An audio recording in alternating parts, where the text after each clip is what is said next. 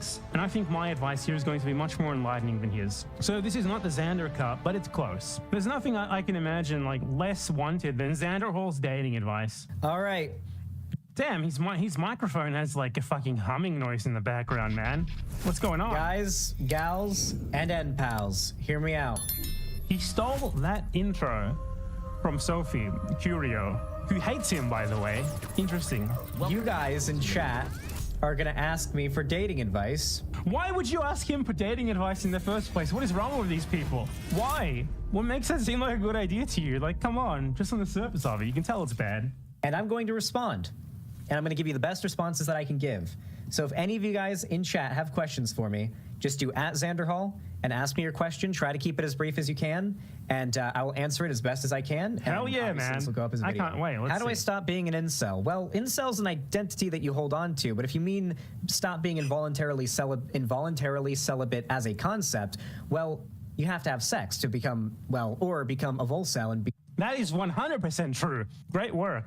Become voluntarily celibate and just not really care about indeed. sex. You could just focus your life. You do need to have sex to not be involuntarily celibate. That is true. On something sex related, non-relationship related, and find fulfillment through that. But I think it's healthy to want to seek fulfillment through a relationship or sex, just as long as you don't put all your cards into it. So what I'm going to recommend for you is that you focus on yourself. And I know that sounds stereotypical. This is what everyone says about dating. Like, just focus on yourself.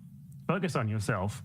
You know, you gotta love yourself before you can love someone else. And that's not true. Most people who are in relationships and who love each other fucking hate themselves. Let's be real here. Everyone hates themselves. Like the generic sort of dating advice that they give you on Reddit and shit that he's probably going to be repeating this entire video is just completely wrong. Everyone hates themselves. Everyone has mental issues. Everyone has massive self-doubt unless they're just 50 IQ people with no self-awareness whatsoever. And this is probably going to repeat throughout this, but I'll let him finish his answer before I give more of an answer. But I really mean it. I really genuinely mean it. What is the best? So if you give stereotypical bad advice, but you mean it, I guess that makes it not bad. Whatever, he didn't really elaborate. What he said there is nothing. That would help no one. Like what he said there about like not caring as much about it is pretty good, you know, decent advice on the face of it. But I do think that like if you don't care so much about it and you just sort of go about your life in a more normal fucking way than worrying about fucking all the time, and it does make you more likely to happen upon fucking, okay? Though you shouldn't have sex at all, I clarify. It's very anti-Maoist. You should not have sex.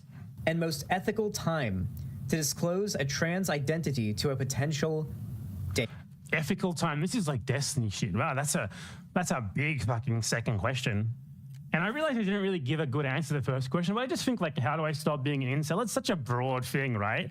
It's like the core of that question, if we're not talking about like, for one, there's like incel as an ideology. And you know, the way to stop being incel as an ideology is to stop being a fucking incel. The same way you stop being a fucking fascist, it's on you to stop, you know, it's on you. But incel in like a more like generic descriptive term, well, for one, you have to try, you have to actually date. And, you know, in order to date, you need to be able to get a date. So a great way to go about that is to learn how to hold a fucking conversation with someone. For one, download every fucking internet dating app imaginable. I don't know. I don't want to give people advice on like making a fucking dating profile or anything, because you shouldn't have to think about those things. You shouldn't think about that sort of thing in such a way where you're trying to impress other people, right? Because that doesn't really end very well. Unless you just want to like fuck someone and then forget about them immediately. I guess like, you know, you can go into it like it's a conquest then and treat them like they're some, you know, fucking piece of meat, I guess. But I'm not going to give you advice on how to do that, because you shouldn't do that. Like the number one thing to do is like put yourselves into situations where that is a possibility that could possibly happen. And the best way to do that in today's world, no matter where you live, is to download a bunch of fucking dating apps, put yourself out there and just talk normally to people. You know, be yourself, as they say. But the thing is, maybe yourself is fucking boring. Maybe you're an awkward loser. Maybe you're not fun to talk to. Maybe your interests are fucking stupid and boring. Like, you know, the fact of the matter is, for example, if all you do is sit at home all day and play video games, most people aren't going to find you very interesting. You know, there are people out there who will find that interesting, but I mean, there's also guys out there who play video games and also have other stuff interesting about them who aren't just fat slobs who sit at home all day. So, you know, why would someone who, you know, is like say a woman who's interested in video games date you if you're just like some fat slob who sits at home and plays video games all day, when they could date some guy who plays video games and also has more to him than that. It's probably a bit more interesting to them. So in many respects, like the advice of put yourself out there doesn't really work if you're not exactly very dynamic and very interesting as a person. And that's okay. You shouldn't expect people to be interested in you when you're not very interesting. This goes both ways too. Like, it's definitely true that guys are pathetic and desperate, so the standards for guys, a lot of guys have incredibly low standards and will just fuck whoever wants to fuck them, fuck whoever's willing, right? But it really does go the same, like a woman who sits at home all day and does nothing but plays video games and takes no care of herself whatsoever, blah, blah, blah, is also going to be significantly less appealing to the average dude than the other way around, same sort of thing. So you need to actually learn how to talk to people. You need to be interesting, to be at least somewhat interesting, at least interesting to the the sort of person who you want to be interesting to, like people who share interests with you, but perhaps who don't have an all-consuming sort of interest. Like as Xanderhall's audience, it's 100% just people who sit at home all day playing video games. So the number one thing to do is just download those shitty fucking apps, and you probably won't get many matches, but the ones that you might actually get, the people who do actually kind of show a modicum of interest in talking to you, just fucking speak to them without, or text them, whatever. Speak to them without putting on a show, without embellishing anything about yourself. People say be yourself is a cliche, but yeah, be yourself, and that'll give you sort of an indication.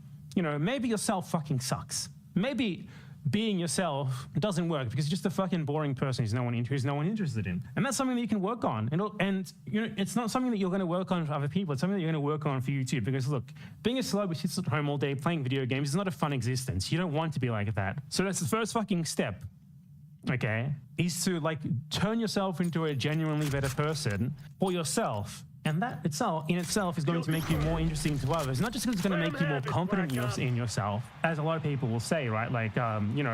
People say love yourself before you can love someone. You don't have to love yourself, right? But you do kind of at least need to be something of an interesting person, of more interesting of a person, a more fulfilled person, someone who's just happy with themselves. That part is true in a less sort of simplistic way. And this is probably incoherent. It's very difficult to structure something like this just off the cuff. But yeah, I would say just download these fucking apps, whatever, Tinder, whatever the fuck else there is these days. But without expectations, okay? Don't download them and be like, I'm gonna fucking fuck someone soon downloading this app, I'm gonna fucking convince them to fuck me or whatever.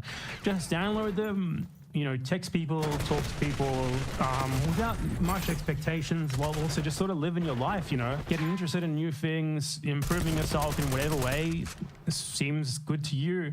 And as you go along, you'll probably, gradually, little by little, see yourself connecting with people on a better level, maybe actually going out on dates with them, etc. And in a sort of more genuine way, right? Because there's two ways to approach this. This is the way where dating is sort of like a conquest, where, you go in there and you want to put on an act to impress the other person. If you just want to sort of fuck and get that out of your system, sure, approach it in that way. I think that's pretty unhealthy to do as sort of a prolonged thing, and you want to limit how much you actually do that. And you also kind of want to make sure that you're doing it in a way that doesn't really take advantage of other people. I would say most people probably go through a phase when they first start getting interested in other people, dating, or just sort of happening into it, where it's very easy for them to fall into being with someone. When you're in your early 20s, maybe even before that, it's, a lot of people just sort of want a relationship, just to have a relationship. But no, I don't know why. I mean, I can't really talk because I went through a phase like that too myself. But I think, yeah, in that sort of, in a relationship like that, you can learn a lot, right? I sort of learned in my first sort of relationship, which was sort of born out of that thing, what I liked, what I don't like, and also never to do anything like that ever again. Again, a lot of respect for myself, more respect for myself for doing something like that. But I would say, ideally, you would avoid that entirely, and you would be more self-aware, and you would just approach dating, or maybe you wouldn't even approach dating, right? Dating would just be something that's there in your life that you're not really treating as a goal or something. It's just sort of there. You have fucking Tinder on your phone. Sometimes you open it and you fuck around in it, and you might get a match and you talk to them, blah blah blah. but not like something that like you fucking obsess over. Like, I have to go on a date. I absolutely must go on a date this week. I must match with someone. I got to swipe all fucking day and find someone to go on a date with. So, you know, the first one is obviously a much more healthy way to approach things, or it's like something just that you have in the background that's like an auxiliary part of your life, you know, rather than something that you specifically think about a lot, you know. So I would say, like, try to avoid like the phase of dating that a lot of us go through sort of unintentionally, where like you just treat it as like sort of dating for the sake of dating and looking for relationships kind of just for the sake of having a relationship, rather than trying to form like a really genuine connection with someone, being patient and like trying to find the right person, I guess. And I mean, a big part of that is fucking them, okay? A big part of, you know, honestly, but like just because you have sex with someone doesn't mean that you're going to be compatible with them in the long term. But a lot of people, it's like they're the first fucking person they have sex with ever in their life. They or at least if they avoided it during high school, because you know, if you fuck for the first time when you're like 15, I guess this goes for men because men tend to lose their virginity later than women. But like, you know, if you're like say a 20-year-old guy and you have sex for the first time, a lot of guys will then get very sort of like they'll sort of form a relationship with that person. Like, oh, I had sex with them. This is a chance to form a relationship. No, it's not. Maybe it just sort of happened. You don't really need to turn into something more profound. No, I've never had sex. I'm a Maoist. We don't have sex. But yeah, I would say my advice to you, if you're like, say, I don't know, early 20s, maybe you don't have much experience dating, maybe you've never had experience dating, and you're probably a fucking guy, because let's face it, most people like this are guys for some reason. Fundamentally, just be self-aware and sort of approach it as something that you have sort of in the background rather than something that's all-encompassing that you actively sort of pursue and obsess over. And if you do end up talking to people, you know, maybe even dating them, do it like with the objective of actually connecting with them, and realize that with most people, you're not going to actually connect with them. It's certainly healthy, but I mean, if you're like some fucking 20-year-old obsessed with fucking at any cost whatsoever, maybe, you know, that would seem not very ideal to you. But yeah, that was a long fucking tangent. Let's just laugh at Xander Hall. Nothing profound. Whew. All right. So, it's definitely going to be before you're leaving a public location. It's got to be. For your own safety, it's got to be. You can't do it once you are, you know, like outside and walking to one of you guys' place. You can't do it when you are like about to kiss. You can't do it when you're like at one of your places or in a car or something like that. You need to do it in a public place, like in the middle of a restaurant or something like that. This is very weird. Like whatever. Just hold on, I'm gonna go back and address this, but I just wanted to add something to what I just said. Like yeah, basically. So to summarize that, if you're young, you should try to avoid the classic relationship just for the sake of a relationship, which is generally where two people who both just kind of want a relationship, like essentially get together because they're the first, you know, they each found each other as like the first person who like remotely clicked in any sort of even slight way. And they get together just for the sake of being in a relationship with one another. And it never ends well. Like, you might gain a bit of experience from it, I don't know, in some way, shape or form, but I think it's just better to avoid that entirely. And the best way to avoid that is to be aware of it. Be aware of how you're thinking. Make sure you don't fall into that same sort of trap. Because that sort of thing never ends well. You know, at best it like ends in a shitty, unfulfilling relationship where both people sort of resent each other and are probably just sort of waiting for one or the other to end it. Or it can get even worse. Like, what if you get fucking married or something, man? That happens too. Just because, you know, you feel like you have to. I know people for whom that has happened to. So yeah, just be self-aware. Don't approach dating as like a priority. It's just like something that's there in your life that if the opportunity arises with someone who you might click with, you know, you can do it. You know, treat Tinder like the way that you would treat like a shitty mobile game they use when you're on the bus to work, in that same sort of way, rather than as a priority. Or, you know, other ways of meeting people, you know. Don't fucking hit up cashiers or anything, okay? Please don't do that. Don't do cold approaches and stuff like that. Please don't do that. Holy fuck. Or, you know, there's always, you can always like do things like, you know, maybe you know people in your life who you sort of seem to be clicking with. You know, it's fine to ask them on a date or something in that case. It's fine. Though there's also merit in avoiding that. You can ruin friendships, or you can ruin workplaces, or you can like sort of create awkward situations in places that you frequent. if like you misread other people's intentions and like say you ask someone on a date when they don't want that. So in a way, you know, the wonders of modernity allow you things like dating apps where everyone on there is there for a specific purpose, to fucking date.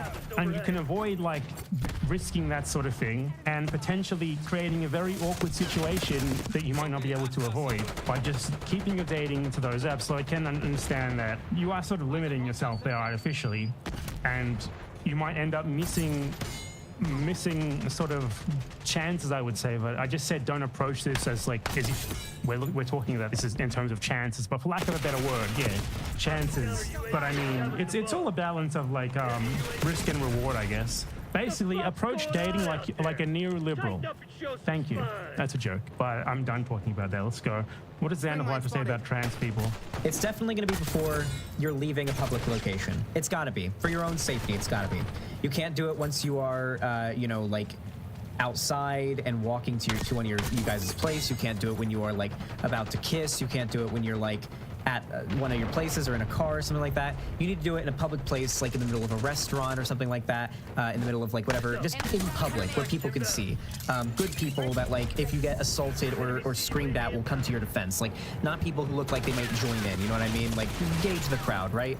Honestly, I don't know why he's giving advice on this. He has, like, apart even just ignoring this answer, like, he has no experience with this whatsoever. I guarantee you he has never gone on a date with a trans person. Like, he is not trans. Like, where is this even coming from? Why is he being asked this question? What is he even saying here? Like, I think he's trying to say that you should probably disclose that you are trans to someone before you are in a private environment with them for your own safety. Which, I mean, I guess makes sense. But I mean, it's just very weird that this is even being asked, honestly. And you're going to want to say it pretty early on before the flirtation gets too high, because you have to understand that if you're a trans woman and you're dealing with the kind of guy who would be like this, the more he flirts with you. I just want to note that I think just in general here, if you're someone who respects yourself, you will not get to the stage of like kissing someone unless they are heavily inclined to already accept trans people, or at least not to be like violent transphobes as you would expect like a right winger to. Like, I don't know, how is it possible for you to go on a date with someone and like click with them in like a good way if they're inclined to like just be massive transphobes, right? I think that's sort of very unlikely. Obviously there's still a risk of it. Maybe they're just not broaching these topics where this would be relevant. Maybe they're talking about fucking Marvel movies or something the whole time on a superficial level. But I think most people, before getting to that point, would already have some sort of indication whether the other person is likely to erupt in violence or not. I trust most trans people to be able to, judge people in the same way that basically anyone else dating judges people. Like I would never get to the stage of like fucking kissing someone on a date or like even thinking about fucking them. It was evident to me that they were like on the political right. Fuck, I'd never even go on a date with them. Like it's impossible for me personally to even get to the stage of going on a date with someone unless I already sort of have like a vague idea of what they might be like politically. So I mean, I would say a decent way to avoid this sort of thing, as someone with zero experience in the matter, by the way, just like Xander Hall, would be to filter the people you go out with in a way that is conducive to sort of filtering out people who might react violently to the simple fact that you are trans. Like, no, look, there's a lot of people out there who are like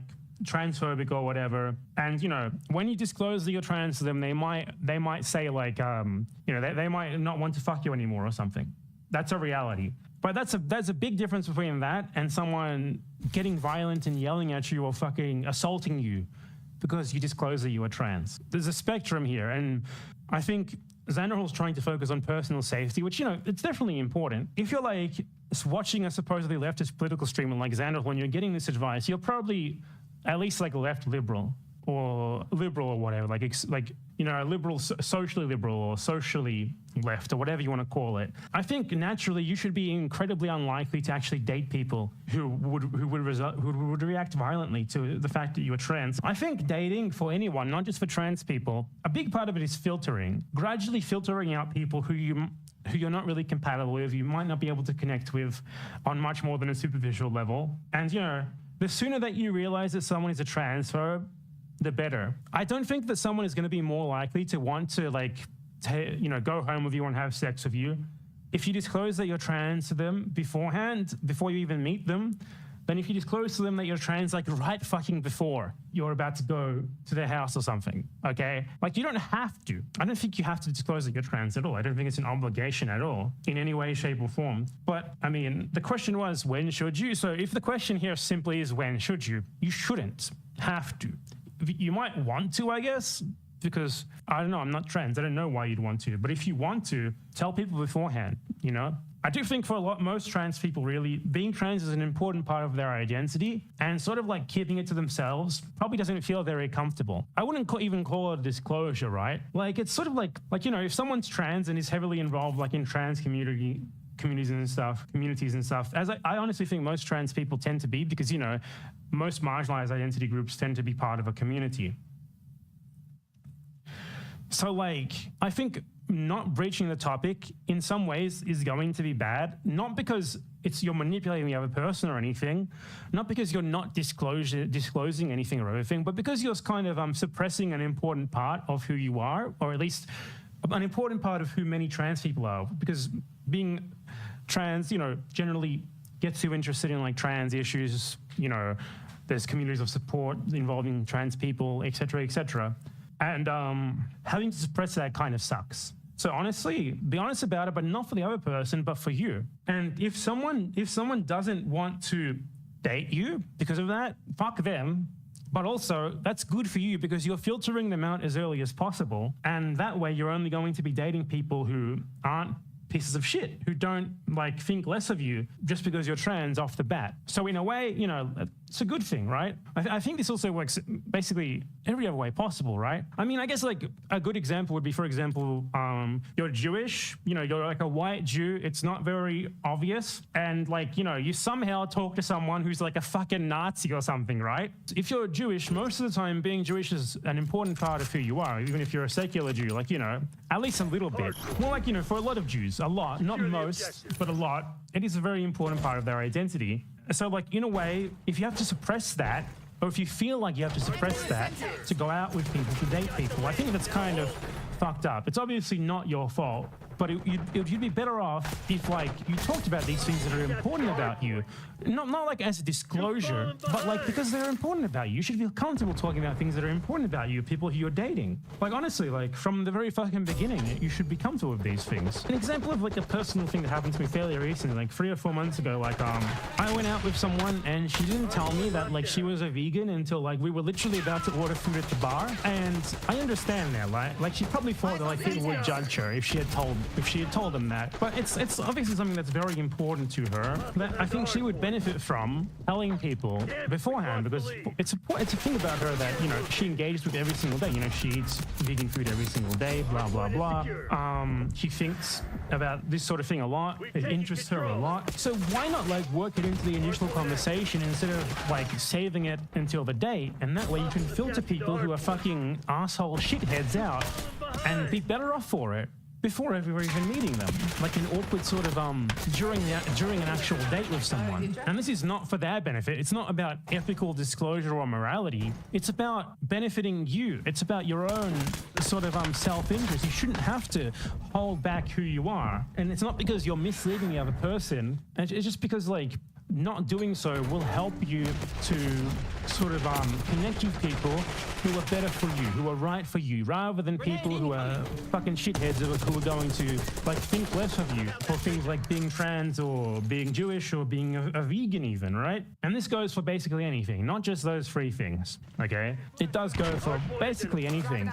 If there's something about you that you feel like you have to hold back in order to go out with people, my advice to you would be not to hold it back. At least if it's important about you. Like, there's some things that you definitely want to hold back, like, I guess, like, if it's just not relevant, like, if you have 2 buttholes, yeah, you don't really need to tell people about that, I guess. It's probably not a huge important part of your identity, though it might raise some weird questions later. But fundamentally important things about who you are, you should definitely... Your butt? I do pee from my butt. Like, you should definitely bring them up beforehand, or at least try to work them into a conversation in a natural way. Because, you know, this is a part of getting to know the other person, is knowing these things about them. And in this way, you can filter out people who are wrong for you. So I think the whole framing here of disclosure is very wrong in the first place. The way this question is phrased and the way that people like Destiny and the other debate bros talk about disclosing your trans identity is wrong in the first place. It's not about a moral obligation on the part of the trans person. It's more about the trans person or the Jewish person or the vegan or whatever other, you know, important facet of your identity that there is, feeling like they need to suppress an important part of who they are when they shouldn't feel like they have to do that. It's going to be better for them if they don't do that at all, because they're going to end up going out with people who are far more compatible with them. So yeah, now let's watch Xander Hall, and I'm going to try not to rant as much. It's already so long. Even if he doesn't touch you, that could make his embarrassment when you reveal that you're trans, if he's like then embarrassed by that, turn into murderous rage potentially. Like, you have to be really, really careful. Now, ideally, you would say it before even meeting if you have that opportunity. If you're just talking. Xander Hall, what is your thought on what to wear at a first date? Most guys think dressing fancy leaves a good impression, but that doesn't apply to a lot of first dates. Let me tell you this, okay?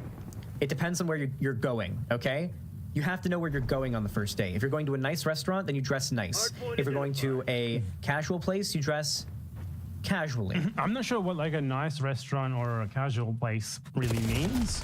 Look, my advice to you would be, do not ever go on any first date that isn't a bar, okay?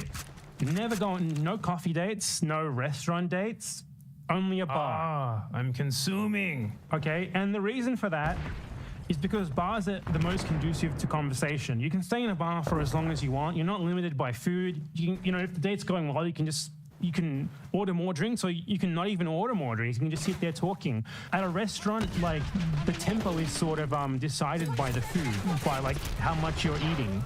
And then sort of like, oh, you're just sitting there. Bars are designed to be meeting places for talking. Restaurants are more focused on actually eating. And cafes are fucking terrible. No, cafes are awful. You can't really talk in an engaging way in a cafe. Cafes are very quiet places. Bars sometimes have loud music. Loud music is good because it enhances privacy. With loud music, you can sometimes the music is too loud, that's true, but that's of the fault of the bar. Bars make things more private because you can only hear people who are closer to you. And that helps to reduce inhibitions. It helps to get people acting more like themselves. Like, never, ever, ever, ever, ever, ever, ever go on a coffee date or a restaurant date on the first date. That is my advice. You know, second date, restaurant or whatever, that's fine. You're already connected with the other person. I think it's fine then, but the first date, you want it to be as conducive to conversation as possible. If you're nervous to meet someone in a bar, I don't know, there's something wrong with you there. It's no different than meeting someone at a restaurant or a cafe. Most bars aren't literally just a bar, right? They have tables and chairs where you can sit there with the other person. In terms of that, it's the same thing as a restaurant. Nothing about it is particularly weird compared to a restaurant other than the environment and sort of the tempo. And yeah, a bar is also less of a commitment. Like, you drink one beer and leave. Most of the time when I go to a bar, right, like, we don't order food immediately. We each order like a beer or something. And if things aren't going well, I'll just fucking up and leave after the first beer. I don't fucking give a shit. After like 30 minutes to an hour, I'm out of there. If things are going better, if conversation is at least flowing, you can order food. A restaurant is like, you go there, you order, you get a drink to start while you order some food or whatever, blah, blah, blah. Coffee dates are also very shitty.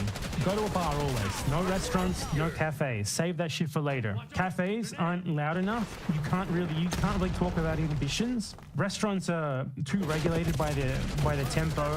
And also another thing is that a little bit of alcohol helps a lot to reduce anxiety, which is also very good because, it's normal to have nerves when you're first meeting someone. In a cafe, there's going to be none of that. If anything, coffee makes a lot of people more anxious. And what do you have, like a fucking light playlist and an environment where people literally work on their laptops in, right?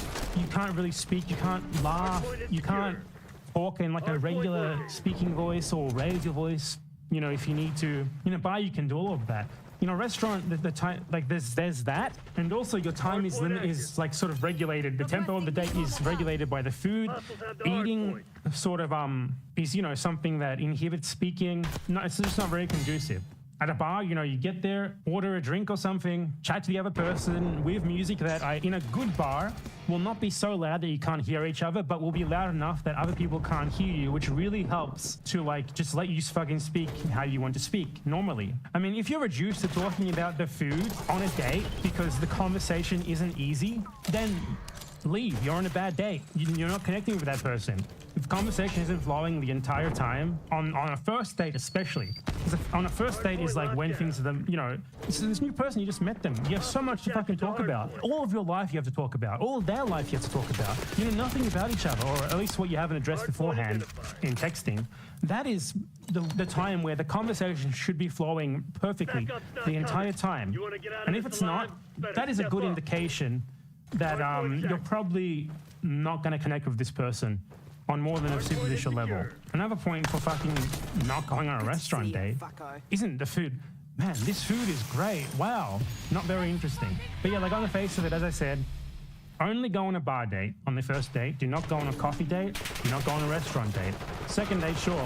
First, no. First is such a great opportunity to like just get to know the person, form a very good base of like at least a good knowledge of compatibility between you. And conversing is always in any relationship, not just romantic relationships, the most important thing basically. Talking to someone, talking to people, friendships, family, you know, that's how you connect with people in a fundamental way. So that's what you want your date to be structured around, and that's why going to a bar is the best way to do it. Anyway, let's watch fucking Xander Hall again. God. But there's a floor, and the floor is pretty high. The lowest I'd ever say that you should be dressing for a first date in terms of like clothing, unless the person that you're talking to is like different and they've specifically said like what kind of clothes they like to see you in or what they want you to wear. That is really weird. If anyone said that to me, I would be fucking weirded out, honestly. Like if someone tells you what they want you to wear, that is fucking bizarre. I don't even know how I would react to that, because that is like very weird. Like that's just bizarre. The lowest tier of clothing I'd say that you're going to want to be wearing are going to be like a nice polo shirt. Look, if they have nerves, and those nerves are not being abated by literally speaking to you while drinking a fucking beer or something, they're not going to be abated ever. Like those nerves, yeah, they're there for everyone, right? But they go away as you talk to the person more, as the conversation flows and flows and flows. It's not like you're going to have a first date where you like sit over a meal for 2 hours and then the second date is going to be better. That's incredibly unlikely. And like, I feel like my chat is just a bunch of incels who like are trying to like transpose like what they think things are like onto how things actually are, and it's just not. Lowest tier of clothing I'd say that you're going to want to be wearing are going to be like a nice polo shirt and like khaki pants.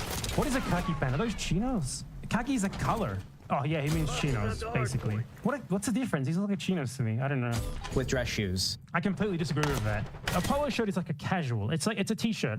A polo shirt is a casual shirt for rich people. It's for rich people who think that they're too good to just wear a normal fucking t-shirt like a normal person. Normal people don't wear polo shirts, for one. So I find that weird to recommend that.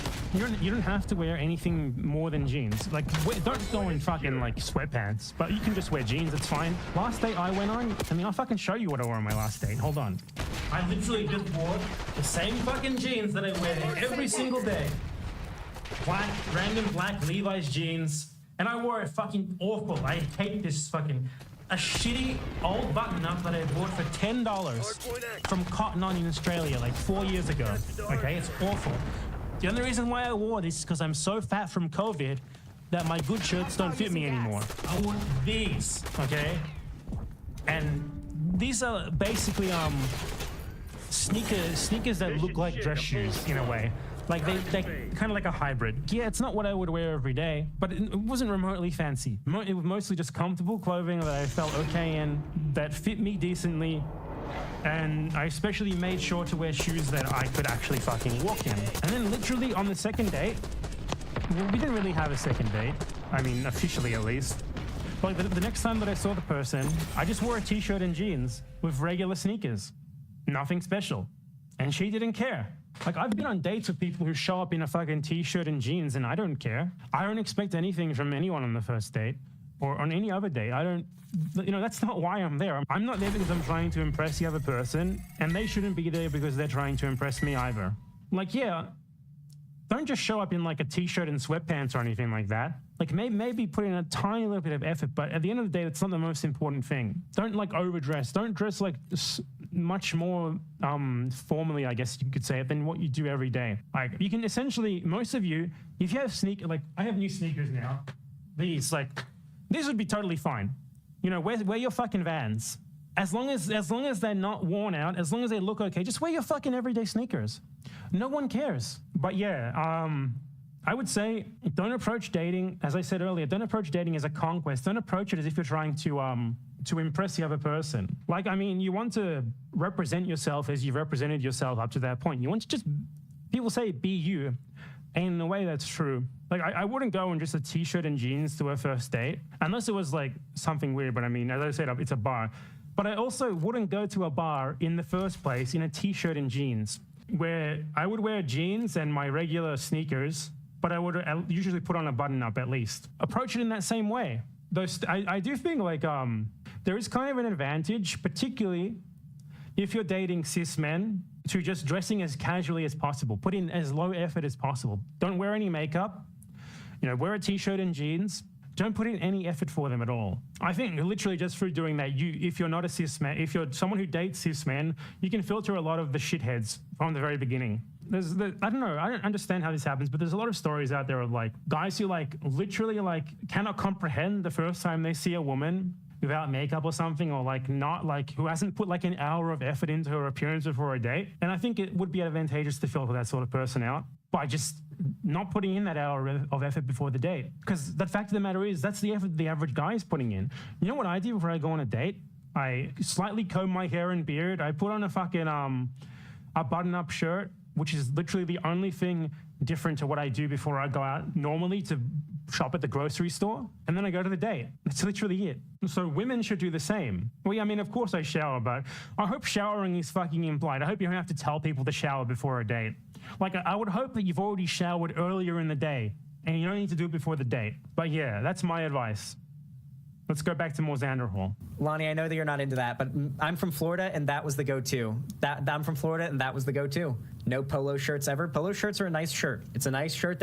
Polo shirts are just like really bad taste shit that rich people buy because they want the Ralph Lauren brand name. It's a fact, like they don't look good. There's no situation where a polo shirt looks better than a t-shirt. They're t-shirts for rich people. They serve the same purpose. It makes you look like you've... A polo shirt is not more formal than a t-shirt. Put some effort into your clothing. No, a polo shirt does not make you look like you put more effort in at all. Just buy a fucking button-up shirt of some description and put it on. That suits you well. Don't put a polo shirt on in any circumstance. As an autistic person, what's the best way for me to tell if someone is actually interested in me or if they're just messing around in a way that comes off as... Look, these questions, like that's a good question to ask of someone who's autistic. What does Xander Hall know about this, man? Xander Hall's not going to be able to tell you this. Flirtatious. Honestly, Megamania. So here's the thing. I want you to weigh your options here. Let's say you think a girl or a guy, I'm going to say girl because most of these worries are not as big if you're a girl. I'm sorry, women have this privilege. This is true. Squad W, my brothers. Anyway, so let's say there's this girl and you think she might be flirting with you. My recommendation is just ask if they're flirting before you proceed. Say, are you flirting with me? And if they're flirting, they're going to...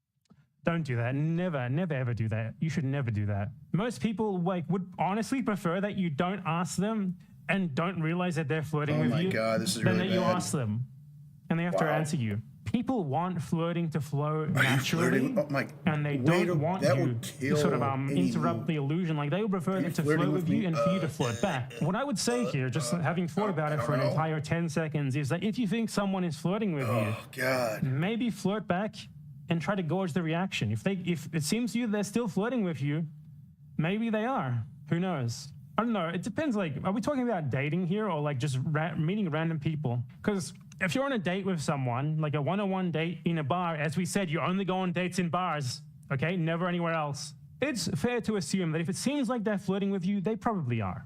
You shouldn't have to ask that. Like, in other situations, I don't know. You know, I think it's a lot safer to not ask someone ever, because if you get that wrong, it could turn things to be very awkward. But I mean, this is advice for autistic people, and for autistic people specifically, I couldn't tell you. I don't know. I don't have that experience, and I find it very weird that Xander Hall is being asked this because he doesn't know. I don't know. why is he talking about this? Why am I talking about this when we don't know? To say something like, if they say no, you stop. No matter what, you stop right there if they say no. Once you've heard the word no, it's over. But if they say maybe, that's yes. Maybe when offered that question means yes. It's just, I find it very weird how, like, Xandol is acting like asking someone if they're flirting is a normal thing. It's not normal to ask someone if they're flirting. This is how you can tell that he has very little dating experience. I've never asked someone if they're flirting. No one has ever asked me if I'm flirting. That means yes, continue when it comes to flirting. Not when it comes to do you want to fuck, but when it comes to like flirting, like just talking and sort of like banter, then that means yes, like continue flirting. I'm fucking with you. I'm reeling you in, you know, I'm playing with you a little bit, right? And from there, you just kind of have to gauge it out on a case-by-case basis. It's kind of hard for me to answer that question without knowing your exact situation. Yeah, when did he turn into fucking 10-inch shorter Eminem? What happened there? But that's the advice that I'd give. Where should you go on a first date? You don't want to go to the movies, and you don't want to go to like a sports event or a show or anything like that. You don't want to go to a place where you're going to sit in the dark and be quiet together and watch something. You don't want to go that. You don't want to really go with that. I honestly recommend like coffee, dinner, lunch, or a walk in the park with food. There needs to be food. You need to be... Wrong. Everything completely wrong. I already went over why this is wrong earlier. It's all wrong. This is the advice of someone with very little experience or success dating. Like, if you're like a fucking Mormon, okay, sure, go for a walk in the park. You know, you want to meet your life partner in the Church of Latter-day Saints, absolutely go for a coffee date. You want to see if you actually, you know, you can actually hold a very good flowing conversation with someone for hours on end, go to a bar. Paying for, if you're a guy, you got to be paying for food in the first date, unless the girl insists otherwise. Literally never do that. Never do that. Never fucking do that. Never, ever. Never, ever, ever, ever. Never pay for food on the first date. Never pay for anything on the first date. 50-50. You pay for what you eat. You pay for what you drink. Never do that. For one, if they expect that of you, this is how I know he hasn't dated, unless this is an American thing. In Argentina, it's not like this at all, at least with anyone who I've ever gone out with. In Australia, either. There's a difference between paying for someone's food or drinks or whatever because you want to pay for them and doing it because they expect you to. Okay, those are two different things. Like, sure, if you want to do it and you can, sure. Doing it because you think they might expect you to do it, that is weird. And if they expect you to do it, I think that should be a red flag. I think most women, at least who are sort of nominally politically conscious, like left liberals or leftists or whatever, who, if you're watching this, I imagine that's the kind of person who you are, right? Most women will not want you to pay on the first date because it comes with implications. It comes with like this implication that they owe you. So most will make a point of not letting you pay, even if you want to.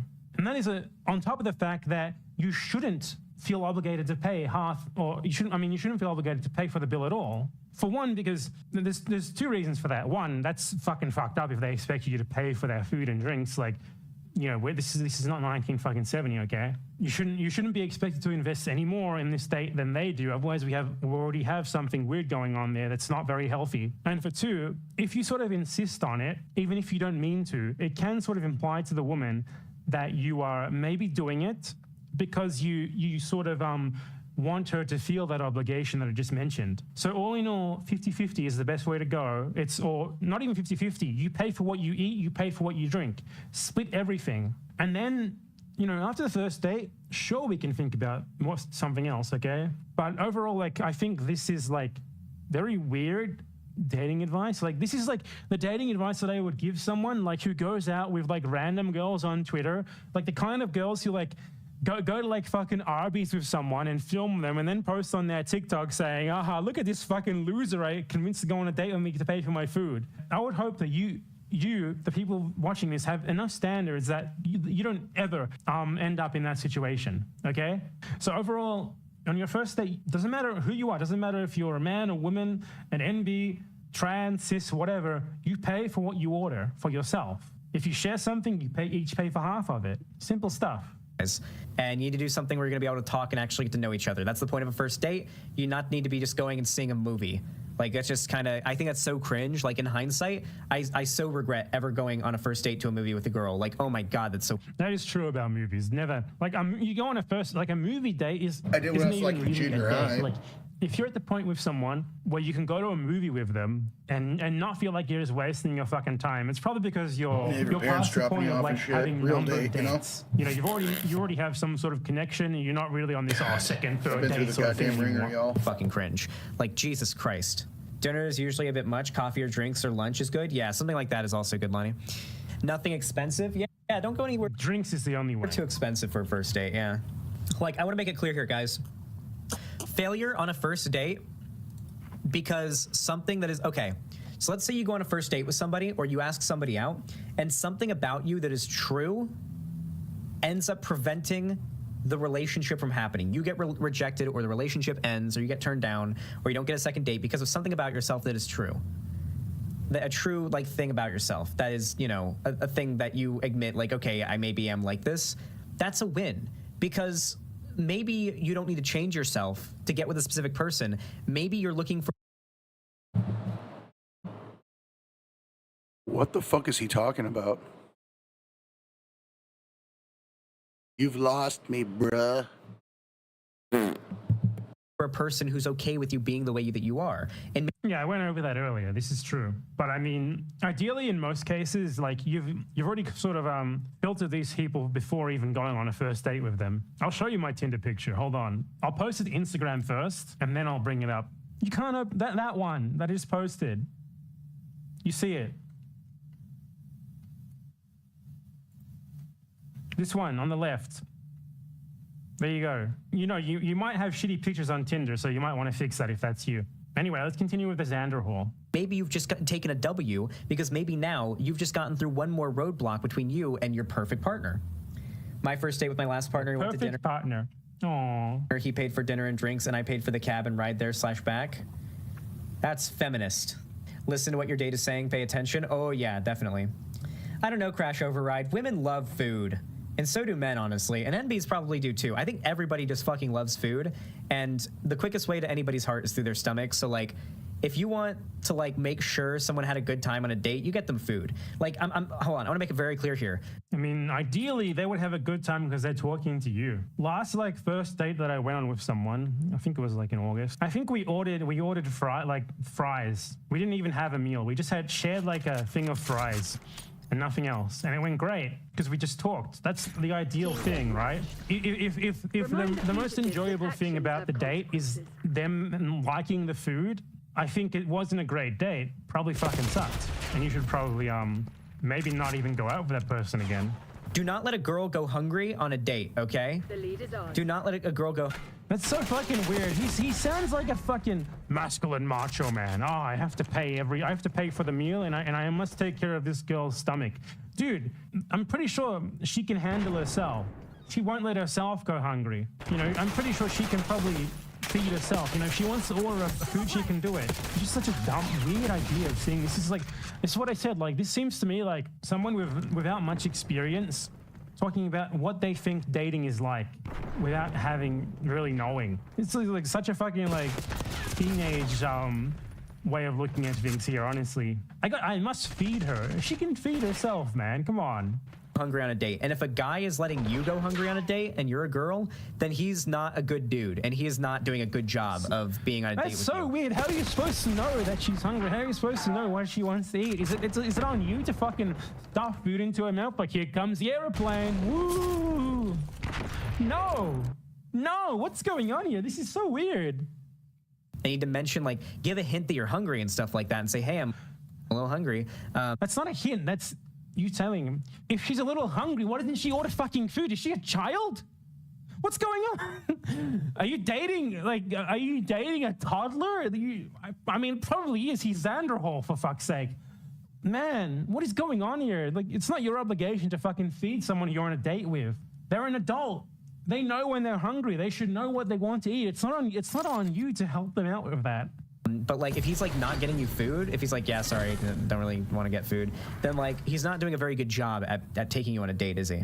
Why is the guy taking the girl on a date? That's another thing. This is a very transactional, sort of conquesty view of dating. You go on a date because you want to talk to someone and see if you can connect with them. You don't go on a fucking date because you want to provide for them and make yourself seem like a good masculine, manly provider who is a potentially good candidate to form a traditional nuclear family with or something. This is just weird. Everything about this is wrong. Don't do any of this. Oh my God, here's good advice. If you are eating at, like, you're getting lunch or dinner or breakfast or some, you know, food or something on any date, and you get the opportunity to order that food, order the least messy, most easy to have good manners thing to eat possible. I think, like, generally what you do on a date, if you're a fucking adult, on a date with another adult, right, is what you do is you each order what you want. Or if you want to share something, you talk about it and then you pick something to share.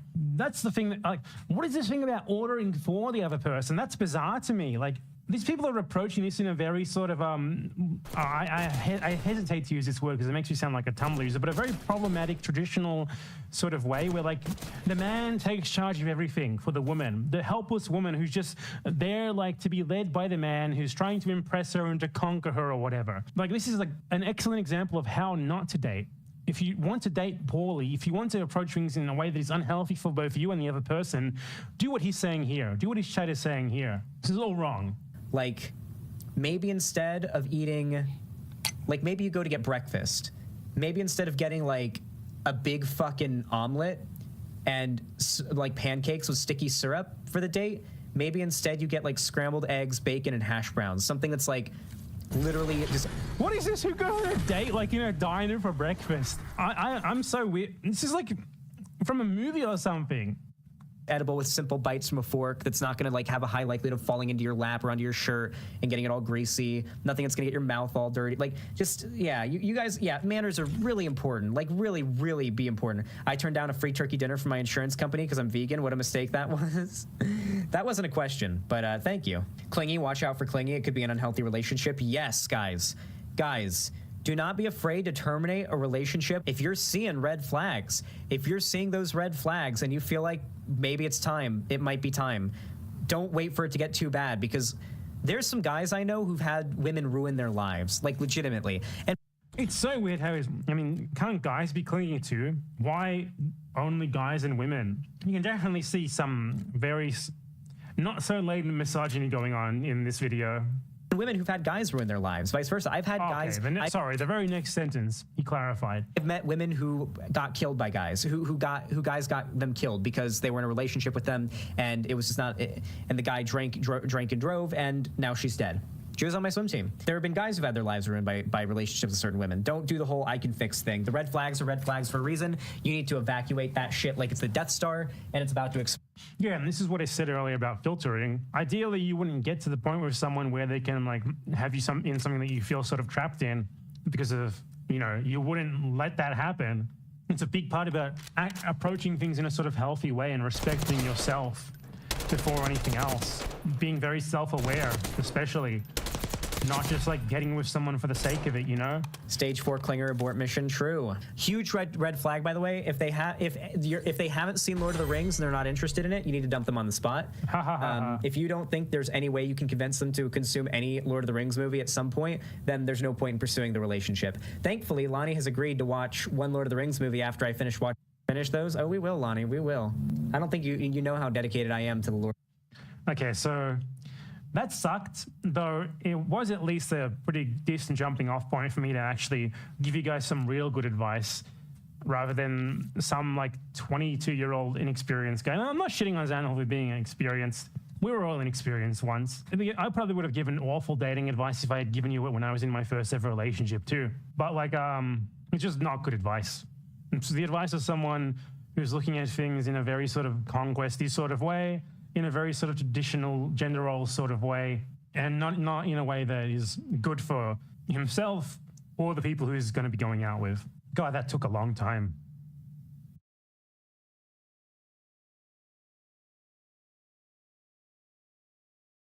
Hi everyone. So Lonabox has announced that he is quitting YouTube, and he gave a bit of an iffy answer for that. Like he said, it was in part because he was supposedly harassed and smeared by me and his son. But I actually found out the real reason just now, and it's that Destiny cucked him. His girlfriend cheated on him with Destiny. his girlfriend, who of course in the first place was someone who he met because she was like a Destiny orbiter, and then she cheated on him with Destiny, and that is the reason why he's quitting. That's the actual reason, and he's using like this cover story of supposedly being harassed and smeared by me and Hassan, which is a ridiculous story on the face of it in the first place, because his entire content base is nothing but him responding to people and smearing them anyway. So, you know, but yeah, I just want to make clear that before this video continues, because I filmed the rest of this video yesterday before I knew this. So I just want to make clear, Lonabox got cucked by Destiny. The meme is real, and everything past this point right here is going to be me covering that before I knew that fact and sort of taking Lonabox's excuse at face value. So watch it with that in mind. Lonabox has quit YouTube. Lonabox has quit YouTube, everyone. Get your best suit on now. It's finally happened, and I have the pleasure of telling you all that it's because of me. It's all thanks to me. No more genocidal pro-Israel propaganda from that one. And all it took was a little help from my best friend, whose operations I constantly direct and who I'm in total and complete contact with all the time, Hassan Piker. Hassan Piker, thank you very much, my friend. Bravo. Particularly for what you said about 9/11. Let's get the latest news on this shocking development from the subreddit Hassan Piker. Lonabox to take a break from streaming. Talks about psycho smear campaign against him because of Hassan's platforming. Let's check this out. Why is he playing a video game? Oh my god, he's on a fucking PvE server. Someone... Are you going to stop streaming entirely or just make it less frequent? I don't know. I'm just going to take a little break, I think. I might still game, but as far as doing like political content, I'm gonna take a break from it for a while. Probably the gaming will come to an end soon as well. Oof, even the gaming. I even got him in the gaming. Even in the gaming, I got him. I'm not gonna stop like forever. I just need some. Oh, that's. Fuck. I thought we got him. What is it then? A temporary break to repair the mental damage from people like making videos refuting your arguments? It's not allowed. I learned recently that it's very bad to refute people's arguments. They expect to be able to make arguments without any sort of pushback or exception from anyone. I should start applying that. Like whenever anyone refutes my argument, I'm going to say that I'm getting harassed. I wonder if the circumcision guy refuted my argument yet. Hold on. Phantom Panati is afraid to debate circumcision with a shield for men. This is harassment. This guy is harassing me. I honestly, I feel so unsafe right now. This guy's harassing me. Anything else? Look at these videos harassing me. They disagree with my opinion. I feel so unsafe right now. Anyway, that's the average YouTube when you respond to them. They make videos, they put them out there into the world, and then you respond to them. They're like, how could this ever happen to me? I made a YouTube video and someone critiqued it. Someone disagreed with it. That shouldn't be allowed. It's basically Lonabox and everyone else. So like someone making a couple of videos refuting his videos is a smear campaign or a harassment campaign or even abuse sometimes. That's what I've learned. What was the catalyst for that decision? Can't really go into detail. Been a few things.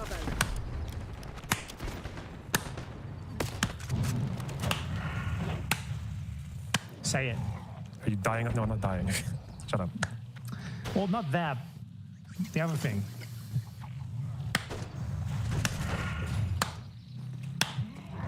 Say it. Blurt it out. I've not been enjoying streaming. I mean, I like streaming. I just there's just a lot of things surrounding the whole thing that's making it. It's just making me need to step back for a minute and reassess what I want to do going forward. Enemy with Semtex. Say it. Midlife crisis. Yeah, I want to get a motorcycle and sunglasses. Get to the real reason. Say it. Blurt it out. We want to hear it. Is it the IP discourse? Nope. It's the It's a little bit frustrating that the psycho smear campaign against me has kind of succeeded, and it's basically all the psycho smear campaign. What that means is that my self-image as like a reasoned pro-Palestine person who just so happens to agree with Israel and everything was destroyed by someone showing that it's false. because of Hassan being willing to platform it. And now he and like Ethan Klein and all those sorts of people, Destiny, are gonna like frame him as my victim, another victim of bad empanada, because like he got responded to in the public sphere and he couldn't handle it. Like there's nothing stopping him from streaming. There's nothing. That's a weird thing to me as well. Like Metatron, for example, responded to me after I responded to him, and I still get to this very day like 5 people leaving comments in like really robust old English about like how much they hate me, but that has not stopped me from being able to make videos, from being able to keep on trucking. But there's so many people who just get debilitated by others responding to them, and it's weird, especially for Lonerbox. It was weird for Metatron too, because almost all of his content is reaction videos, and Lonerbox's content basically could not exist if he was not simply responding to others, because like I'd say 80% of it is responding to others or like debating idiot who I just randomly picked up from my chat. So it's okay for him to refute others, but it's not okay for him to be refuted. Remember that. That's harassment, that's abuse, it's smears. I find it so weird how they spin like getting responded to as harassment so easily and so fluidly. It comes with the territory of being a public figure. People will respond to you. You've got to deal with it. Ignoring it is an option. Absolutely is an option. It's what most people do, really. They ignore it. You know, if I could wager a guess what actually happened, if he's not making enough money, I would guess he was being paid by Destiny at some point because he was contributing a lot to Destiny's podcast and stuff. But now it's like there's just no way he's making enough money. He doesn't get enough views. He doesn't upload frequently enough, and I doubt he's getting that much from like super chats and stuff on YouTube, because famously you don't make as much off them on YouTube as you do on Twitch. It's mostly ads. So like he only has a streaming channel. He abandoned his main channel. There's no way this is making money unless Destiny was paying him, and I would assume Destiny was paying him when he was appearing regularly with Destiny in person, but not anymore probably. So that's probably the real reason for it. That, or there's a ceasefire and he's devastated that the killing's going to stop. One of those two. But either way, I think it's very interesting how it's always like I was responded to, I'm being harassed, I'm being smeared, I'm being abused. Like, you know, even if it's like a mean-hearted response, even if the person who responds to you treats you like a moron and insults you 1,000 times, like it's not the end of the world. You can keep going. And I just find it so weird, like with the Kraut stuff recently and now Lonerbox, how you just let it get to you so much that you stop streaming or stop making videos, or like in the case of Kraut, just let it consume your very being. I guarantee you that Lonerbox like considers himself like my victim. Genuinely, he probably thinks that he's like a victim of a bad empanada coordinated harassment mob. The reality is that like I probably could have just presented what he said without comments, but then I bet he still would have gotten angry with that. He probably still would have said that I was taking him out of context or something. And now his audience is like just blatantly pro-Israel. And I think he said as well that he doesn't want to work with Destiny anymore, which is like, man, you're fucked then. It's over for you. You don't have anything else. And it seems that a lot of people missed the thing that we uncovered recently. I did make a video about it, but in the comments on the Hassan Fucker subreddit, no one mentioned it. But like, there was a clip of him from a few months ago where he speculated that doctors who said they had seen toddlers shot in the head were actually misremembering what were actually 17-year-old Hamas militants. And I think that was even worse than anything else that I've seen him say. Okay, so this is Lonerbox. Lonerbox's reaction to a Jewish doctor stating that he had seen toddlers shot in the head in Gaza. Upon hearing that a doctor in Gaza testified to having seen tons of toddlers shot in the head, was to speculate that actually maybe those toddlers were 17-year-old Hamas militants, and the doctor was misremembering or lying in order to defend the Gaza genocide, in order to whitewash, to deny the mass murder of Palestinian kids. I don't even think he's necessarily lying. I think when people are describing atrocities and horrors or whatever, yeah, they might sometimes describe like a young person as a baby or a toddler. Yeah, that's like you can call a fucking 17-year-old a toddler if you're in the right mood for it. You know, it's not like an unusual thing to do. So yeah, I mean, I don't know how he ever maintained this image of like the reasoned centrist on Israel-Palestine when he was throwing shit like that out there. So yeah, what is there to say, man? I mean, at the end of the day, it is bad. It is always bad when someone who I can respond to stops making things that I can respond to, because it means that I can't respond to them anymore. And what I think a lot of people don't get is that YouTubers need, like at least politics YouTubers, even, you know, most YouTubers who make anything resembling responsibly play off each other or use each other's content as ideas. Even if there is antagonisms, you benefit benefit from having them around. Loner Box making that sort of thing has gotten me like hundreds of thousands of viewers. So it's like, in a way, it is kind of sad to lose him. He's my Joker, except significantly less cool. Anyway, I'd just like to thank my best friend, Hassan Piker, for helping me to defeat the Loner Box, Israel's lawyer. They're going to have to fall back on Alan Dershowitz again, and that's not a good thing for them. See how that goes. My best friend Hassan Piker, who I talk to literally all the time, every single day. Every single day we conspire against everyone. Me and Hassan Piker, we get together in our bunker and we talk to each other all about how much, like which enemies we're going to target today for gang stalking and harassment. I recently learned as well, China has these. And now I feel like this uncontrollable urge to go to China. I need to go to China immediately.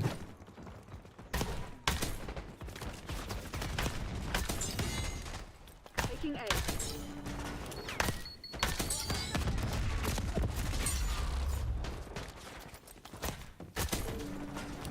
Dex thrown.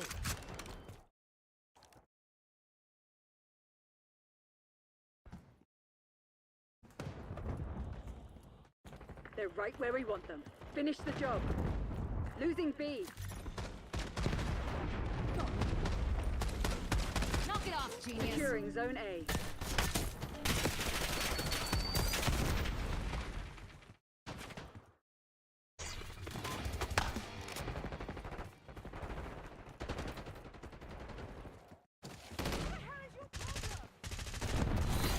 Mission goals agreed. Dispatching teams and lost survivors. Yes, that's how you break them.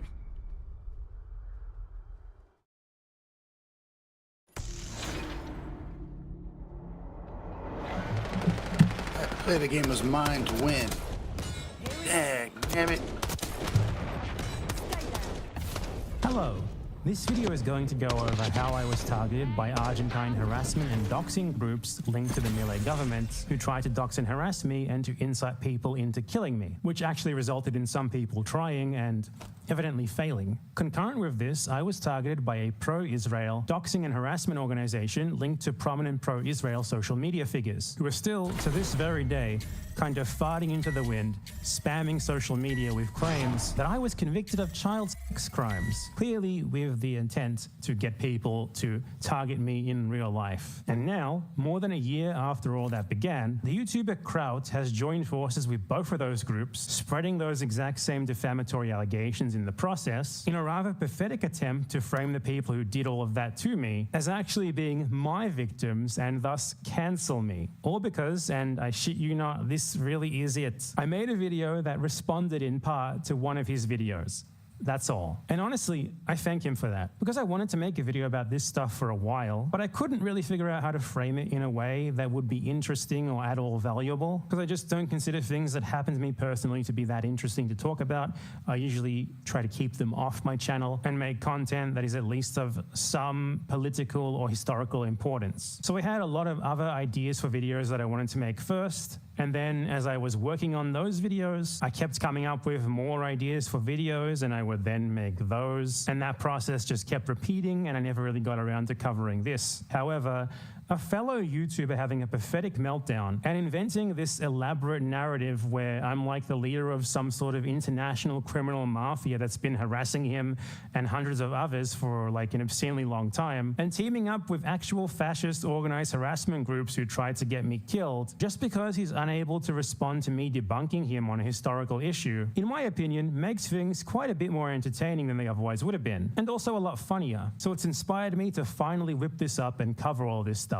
So here we are. Now I'm going to provide plenty of evidence for what I'm saying here, as not only are these groups and their links to the Milei government something that has been openly covered in the Argentine press numerous times, but also because I collected lots of evidence on these people to provide to the police, and some of them are presently under criminal investigation as a result. Yeah, this is actual serious stuff, and you'll see why. I was originally going to make 2 videos on this topic. One was going to be titled something like, What Happens to You When You Criticize Israel?, going over the coordinated pro-Israel defamation and harassment campaign against me, and another one which would have been titled The Milei Government, a jobs program for losers, going over how Milei's government has informally hired a bunch of disaffected online losers to dox, harass, and attempt to incite violence against pretty much anyone they see who criticizes him and his government. Instead of that, I'm just going to draw upon my own experience to cover both of them at once here, all in chronological order, all the way up to the most recent development of YouTuber Kraut teaming up with these people to try and breathe new life into their failed campaign against me, all because he's so fragile that he believes that refuting his YouTube videos is harassment. So yeah, there's really not going to be any educational value to this video at all, though I guess it will shed some light on how organized Zionist harassment groups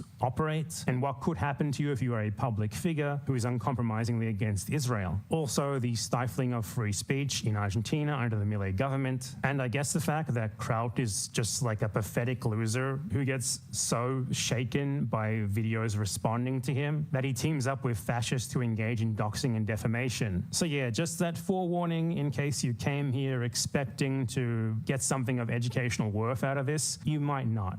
Anyway, so let's get started from the very beginning. So this story begins back in early 2023 when a post appeared on the YouTube of Warsh's subreddit claiming that I had been arrested in Argentina.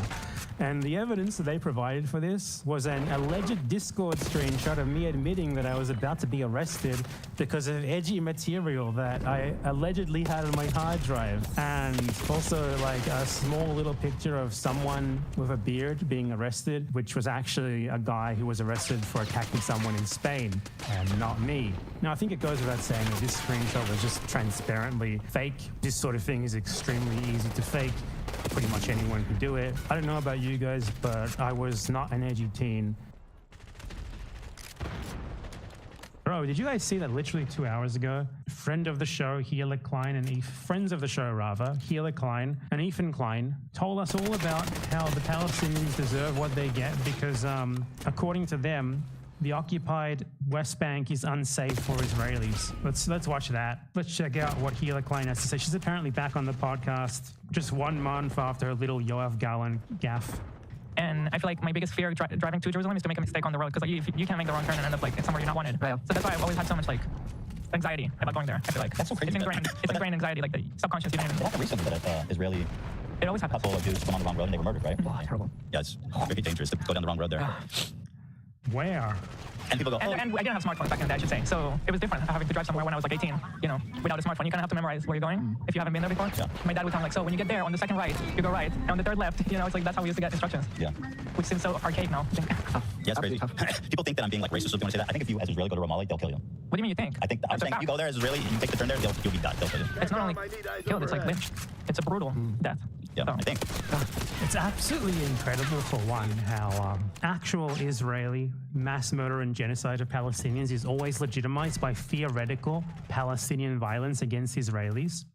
You ever notice that? This is what that is. It's the same thing. But two, it's like if you drive into this city that we occupy and periodically raid, whose people we periodically massacre, who we keep under a brutal occupation, if you drive there, you're in danger. You know what I think when I hear that? Like, what the fuck do you expect? Would a German driving around like a resistance-controlled area in Paris in 1942 be like, oh my God, I can't fucking believe that these weird Frenchies, they keep attacking us. Why? They're so uncivilized. That's the analogy to make. Like, it's not true for one. There's plenty of videos of like Israelis just going into Ramallah and talking to people. The main party that makes that specifically illegal is Israel. And the main party that makes something like generic talking between Jews and Palestinians in Palestine is Israel.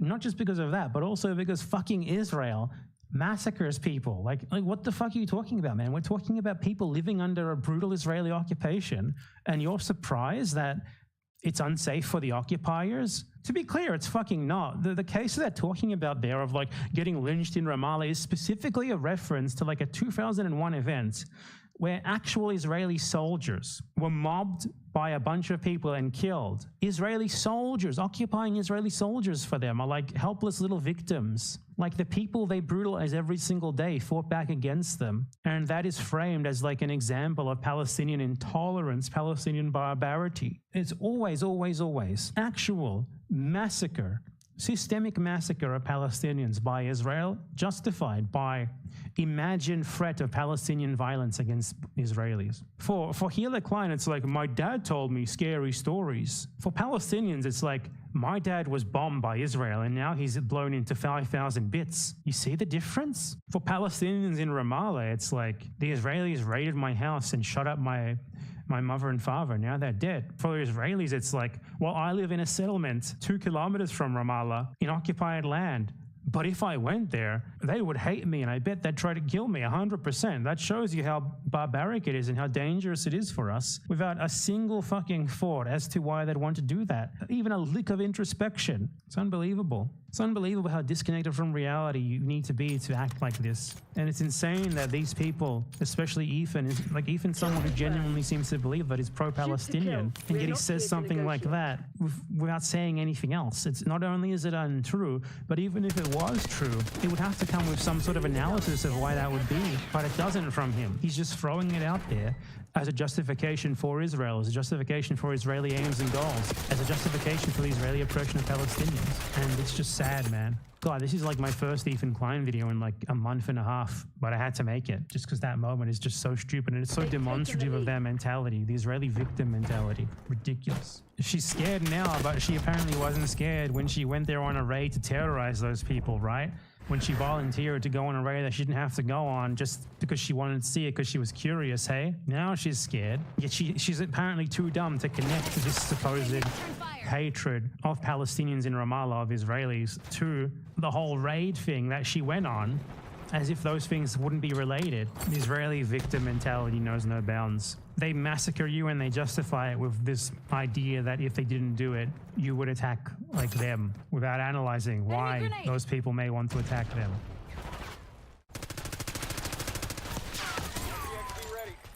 We're winning. Keep it that way.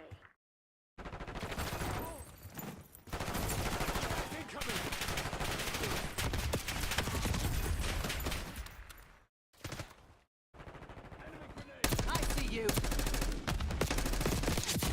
So I feel like there's a lot of projection going on in here, like someone else projecting their greatest fears of things on their hard drive being found. And I honestly thought this was hilarious when it first showed up, so I made like a video or two just laughing at it. Hey guys, so I just found out via this post on BO6 subreddit that I've been arrested. As you can see, I am extremely arrested right now. I'm so arrested. I've been deprived of my liberty. This is terrible. I've done so many awful things. I can't believe I've been arrested. Finally, my crimes have caught up with me. Damn it, this sucks. Yeah. It sucks being arrested. Hello everyone, I'm currently at the prison restaurant, really enjoying my arrest. We have a nice wine glass here. We're having some nice wine in the prison restaurant. It sucks to be arrested right now. Hello everyone, I'm reporting in again from jail. This is one of the 5 different jail restaurants that we have in the jail. It's a very nice jail. So I am still jailed. Just reporting in again to remind you all that I am in prison. I have been in prison for my crimes. Thank you. So yeah, quite clearly I was not arrested. Nonetheless, BO6's community very much ate this up. Honestly, I don't know. I feel like there's something wrong with people's brains that they just believe stuff like this uncritically. You know, it's trivially easy to edit a fake screenshot of someone on social media.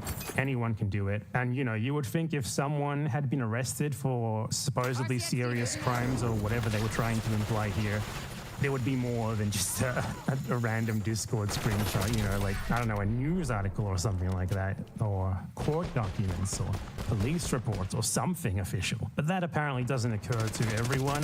And honestly, quite frankly, I'm totally fine with people who would believe something like this just off the basis of seeing this, not liking me. Because if someone is inclined to believe something like this, then I really don't think that they are intellectually equipped to be able to digest my videos in the first place, and I'd rather keep them away. Anyway, so the context of this is that Vorsh is a YouTuber who I had made videos about in the past, mostly on my second channel, calling him out for him engaging in sexual harassment of a woman in the past, and also calling him out for his constant, incredibly uncomfortable obsession with, for the purposes of YouTube censorship, I will call, I guess, inappropriate images of children. So basically, his community decided that it would be acceptable to accuse me of having committed serious crimes against children and being arrested for them in retaliation for me going over things that Walsh has factually said about children and denouncing them. You know, evidence versus no evidence. This is proportionate. You know, this is,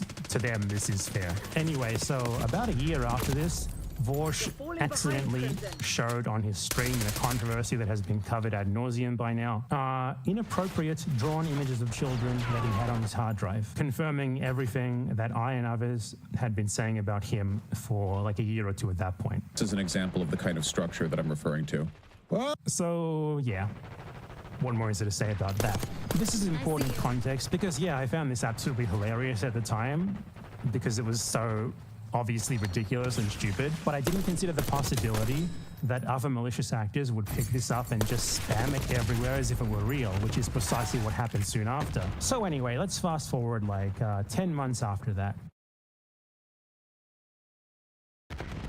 So I'd never really engaged much with Argentine politics despite living in Argentina. Not so much because I didn't care about it, but rather because most of my audience speaks English, and whenever I would say something in Spanish, most people simply didn't understand it. It would get zero engagement, no one would see it, and I just kind of got demoralized, I guess. But in December 2023, late December 2023, I was just like looking at my feed on Twitter, and something popped up which caught my eye. It was people complaining about being doxxed by an account that was literally called the Ministry of Doxing. And this was an account claiming to be linked to the Milei government that was doxing critics of Milei left and right.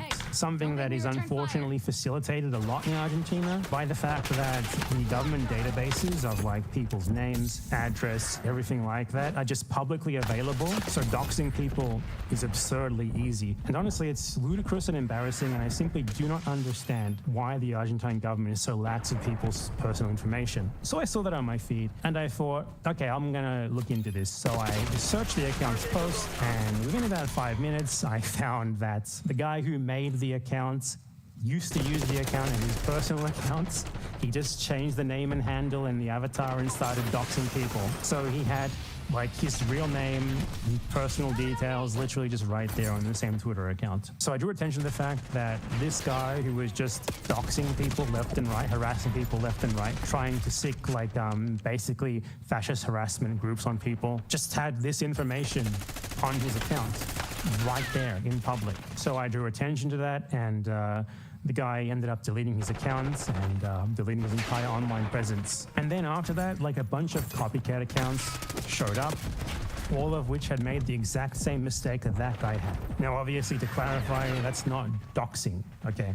Doxing is not when you're running accounts literally called like the Ministry of Doxing, actively doxing people, and someone spends 2 seconds searching your tweets to find that you literally just had all of your personal information right there the whole time. So I was doing something incredibly simple that literally anyone could have done, and honestly, kind of embarrassing for the Argentine like center and left wing that they needed me to do that for them. But this got me a lot of attention in Argentina. Previously, you know, I knew people, but I wasn't like super involved in formal politics or anything, but this got me like 20,000 followers in a day, and they all sort of considered me to be like the anti-doxing leader. Like they thought I was like some sort of like zero cool hacker or something who was doing something really special like Batman or something. But I mean, I was literally someone who had just come across a bunch of people being dickheads on social media, engaging in doxing and harassment, and I just spent like 2 seconds looking into them.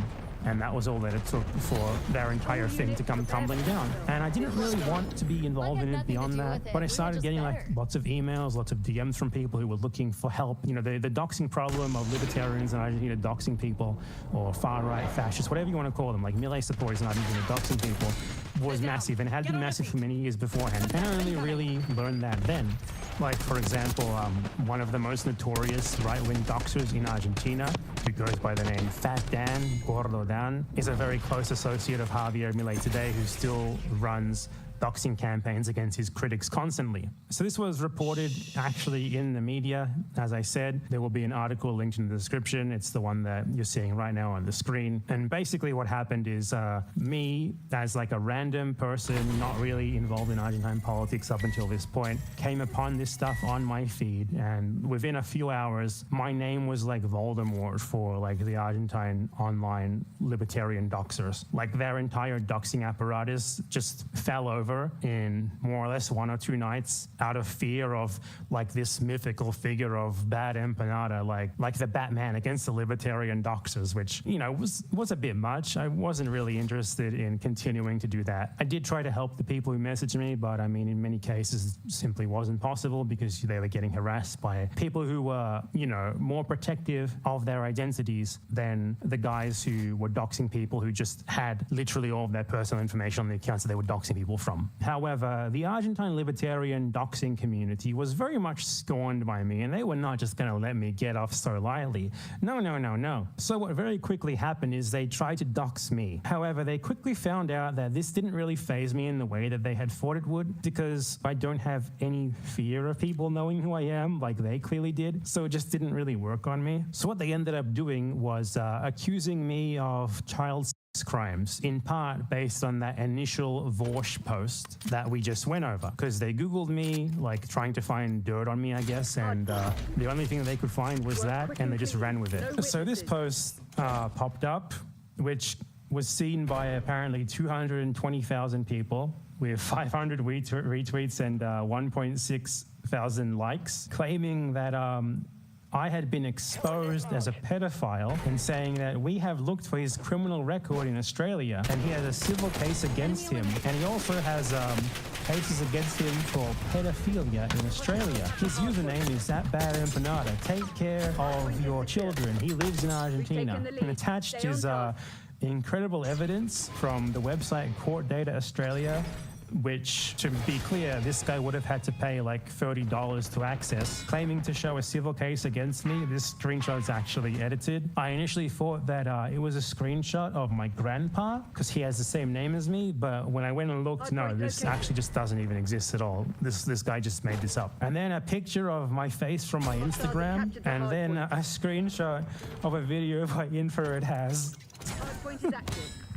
And yeah, that's clearly incredibly dispositive evidence. I don't know, is dispositive the right word? Like convincing, I don't know, what would you say, like smoking gun evidence of these claims against me. And then he continues saying, this guy just walks in the street like he's never done anything. He has a YouTube and an Instagram, and he apologizes for terrorism and Hamas. And why don't the police do something about it? Are we all crazy? He should be a prisoner right now. So when I initially saw this, I was like kind of worried, because in tandem with this, these people were looking for where I live, and they thought they had found where I lived through that database that I mentioned earlier, but it was not, because I, had the foresight to register my address with one of those companies that gives you like a tax domicile that you can put on forms and stuff, rather than the address of where you actually live. So I was thinking, there's like 1,000 people tweeting at me about how I'm supposedly wanted for serious crimes in Australia, or I don't know, I guess in Argentina too. I'm not exactly sure what the narrative they were going with here.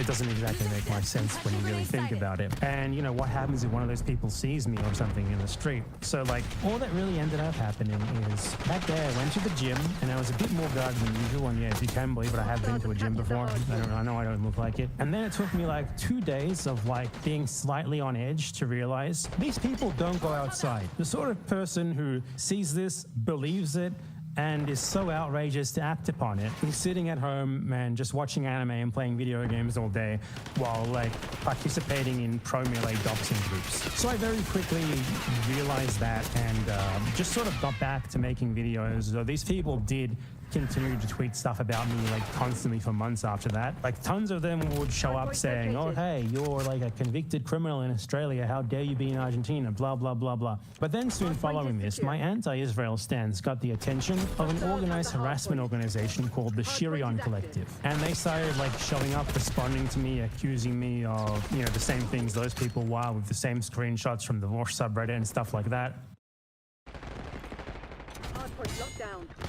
So the Shirion Collective doesn't really exist anymore, though its users are still around. It sort of collapsed because in June of last year, the leader of the group, who was paying its participants to dox and harass people and attempt to incite others to kill them, was ousted then as Daniel Linden, who's basically one of those guys who manages accounts on OnlyFans. I mean, come on, dude. And after that, the group sort of fell apart. It was basically a Telegram group through which they coordinated harassment campaigns against people on social media and like mass reporting campaigns and stuff like that.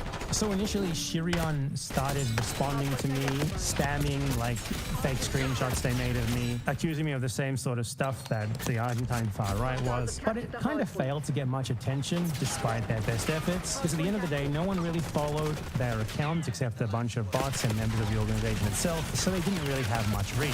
On January 12th, 2024, they made this fake screenshot and started posting it everywhere, but they didn't really get much dissemination outside of their own circle. So at that point, they decided to try and enlist someone with a bigger following to spread their defamation against me. And the guy who ended up doing this for them was a total loser known as Drew Pavlou. Drew Pavlou is basically a guy who, ever since he was like 18 years old, has been doing nothing but framing himself as like a really brave anti-Chinese government activist while failing completely to ever actually hold down a job or anything at all. And a couple of years into that grift, he got noticed by Australian far-right financiers, chief among them a guy named Simon Fenwick. Simon Fenwick is a far-right millionaire who is deeply involved in the funding of many, many causes on the far right in Australia and also, coincidentally, pro-Israel groups. So Drew Pavlou ended up getting hired by Simon Fenwick to shift from his previous group, which was like, I am critiquing China from the left, I'm progressive, to a new group, which is much more openly right-wing and very much overtly pro-Israel. And this is very much a matter of public record. There was a case where Drew Pavlou was forced to disclose who pays him. Turned out that he received $25,000 from a company owned by Simon Fenwick. He's also openly thanked and praised Simon Fenwick numerous times for his support. You know, it's open, it's clear, it's obvious that he's getting paid by this guy and possibly by others to basically just be a far-right troll online who defames people in mostly abortive attempts to get them to stop critiquing the causes that Simon Fenwick and others like him support. And Pavlou's horrible behavior under the influence of this far-right money became so extreme that he actually ended up getting expelled from Amnesty International for it. So Shirion evidently got in contact with Drew Pavlou, and he was very, very happy to start spreading the same stuff that they were spreading about me. And this new defamation campaign was centered around the screenshot that Shirion had fabricated and started trying to spread 3 days earlier. And wouldn't you know it, the fake Discord screenshot from that Vosh subreddit post that we went over at the beginning of the story. Interestingly, this also followed me getting a number of messages from Drew Pavlou, which included things like my passport number and my address. And this happened on December 2nd, 2023, which was more than a month before he and Shirion Collective's doxing and defamation campaign against me began, which happened on January 12th to 15th, 2024. So I think it's pretty clear that they had this planned in the pipeline for quite a while. Also very interesting is that right exactly around the time this was happening, I found this out a lot later, but the YouTuber Kethels, bizarrely, was doxing me at the same time. Like, she openly said in a DM with someone, well, I guess that's not open, but she said to someone, I believe it was her editor, in DMs that were later leaked, that she hired an Argentine private investigator to find my address and my docs and all that sort of stuff. So I have to, you know, wonder if there was some sort of link between this and this Shirion Drew Pavlu doxing / defamation campaign. That would be fucking wild. It's just really suspicious that all this was happening at the same time. Like Heffel's doxing me, Drew Pavlu and Shirion doxing me and defaming me, and the Argentine far-right doxing me and defaming me. Literally all happened in December 2023 and January 2024. So let's take a look at the new purported screenshot of something that I purportedly allegedly posted, according to these people, which they were using to accuse me of basically, you know, the sort of thing that gets people to hunt and kill you. Obviously, for precisely that reason, that's what they wanted to happen to me. So you have the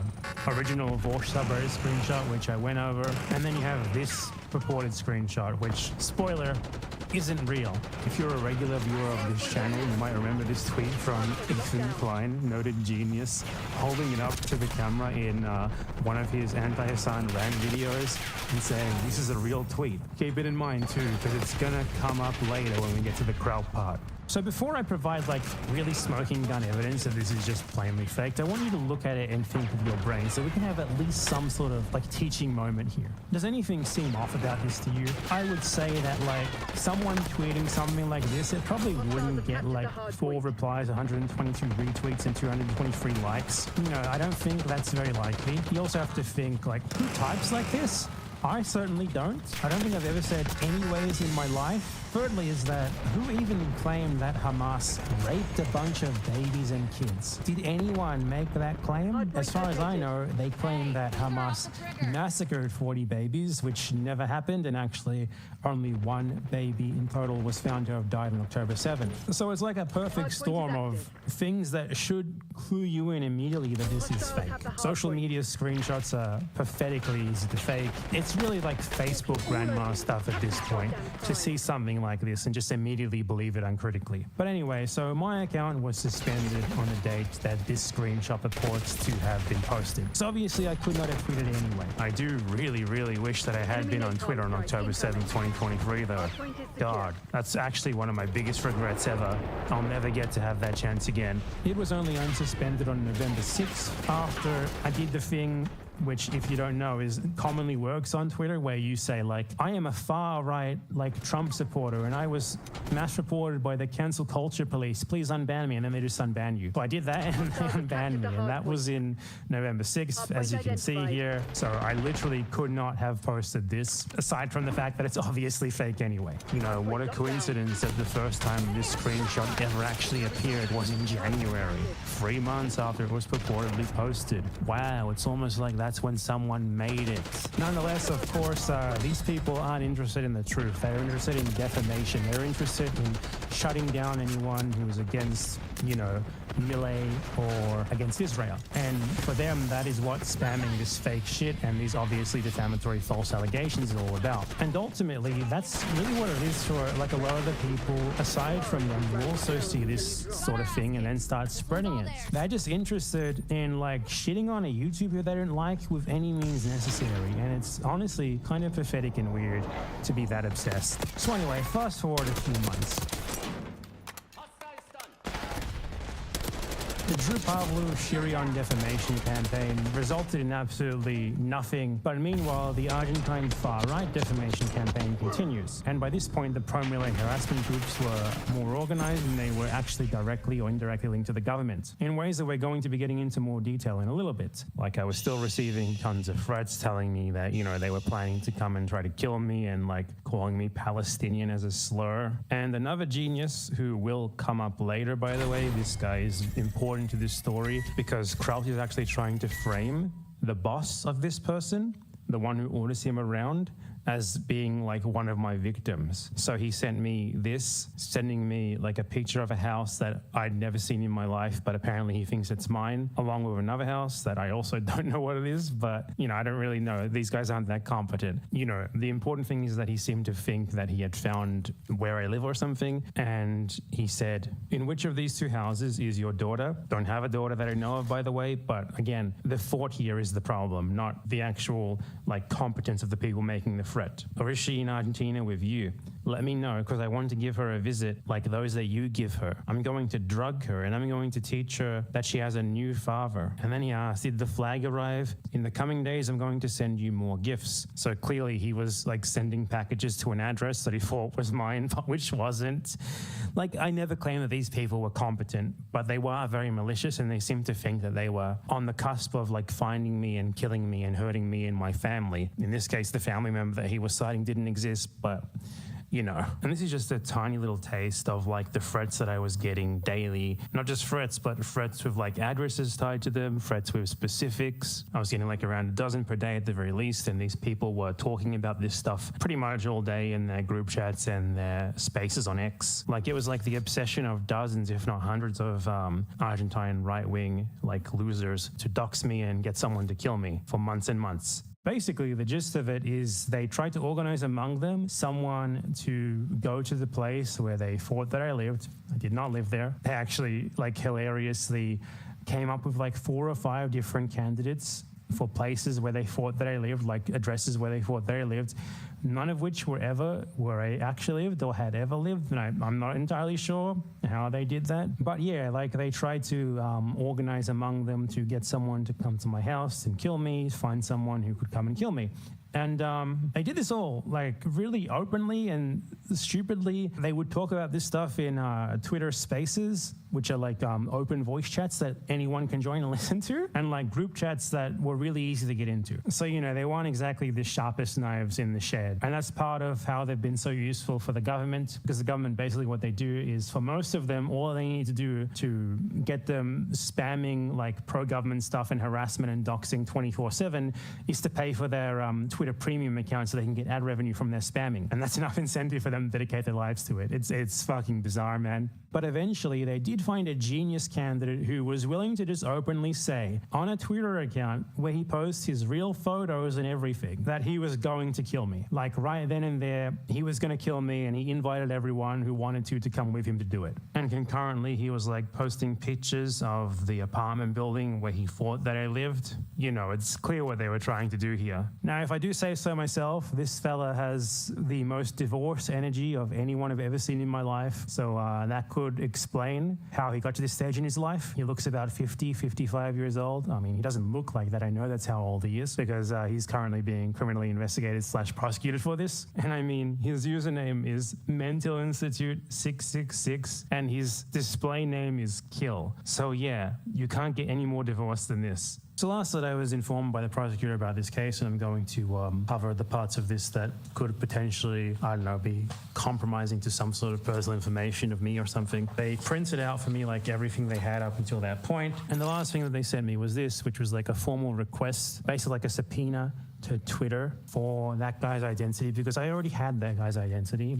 I mean, it wasn't exactly hard to find, but I guess understandably they wanted to get it in like a more surefire way by directly asking Twitter, or X I guess it's called now, to send them like, you know, everything they had on him. And after that, I didn't really hear anything back from them, but I also think they don't necessarily need to be speaking to me about the progress in the case. So maybe they have made progress, but I mean, you know, a relatively low priority case in a country whose resources were already stretched thin before, and that are probably even stretched thinner now, given the mantra of the present government to defund absolutely everything. So perhaps nothing will actually happen with that, but who knows? Maybe it will. Maybe there'll be some justice, but maybe not. We'll see. So I was in communication with a number of the people who like own the places where these people thought that I lived, or the residents who lived there at the time, because they had been getting like packages for me from these people, sending them like Israeli flags and like dirt with worms in it and stuff like that. And one of them told me that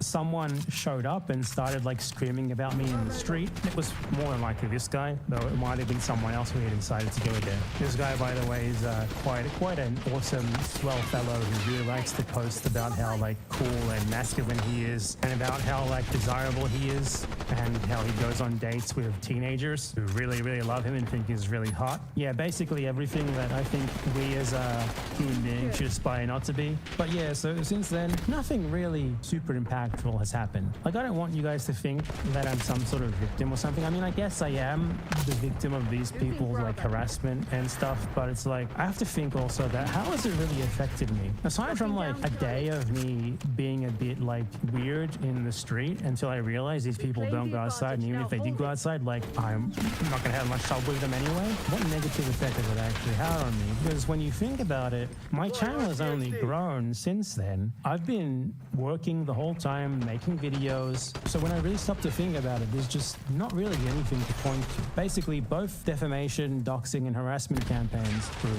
Shirion Collective, Drew Pavlou, and the Argentine far-right one, they all failed completely. I don't know, honestly, I might be sort of gaslighting myself here into thinking that this wasn't as serious as it was. You guys can be the judge of that. Like, you know, how severe has this seemed to you? And there's more that we're going to be going over, don't you worry, because this is not the full extent of it. I've been saving a bit of it for this last part. It is obviously annoying that people are dumb enough to just, like, make defamatory allegations of pedophilia against you based on transparently fake screenshots. One thing that I forgot to go over until now is like the evidence that was provided for my supposed crimes, which Drew Pavlou retweeted. So let's check that out so that you can have like an indication of just how stupid you would need to be to like actually unironically believe this, rather than just be spreading it out of a desire to like dox, harass, and defame. So this was like the most direct allegation that these people had made. And you'll notice that this always comes from these like anonymous verified accounts, because that is how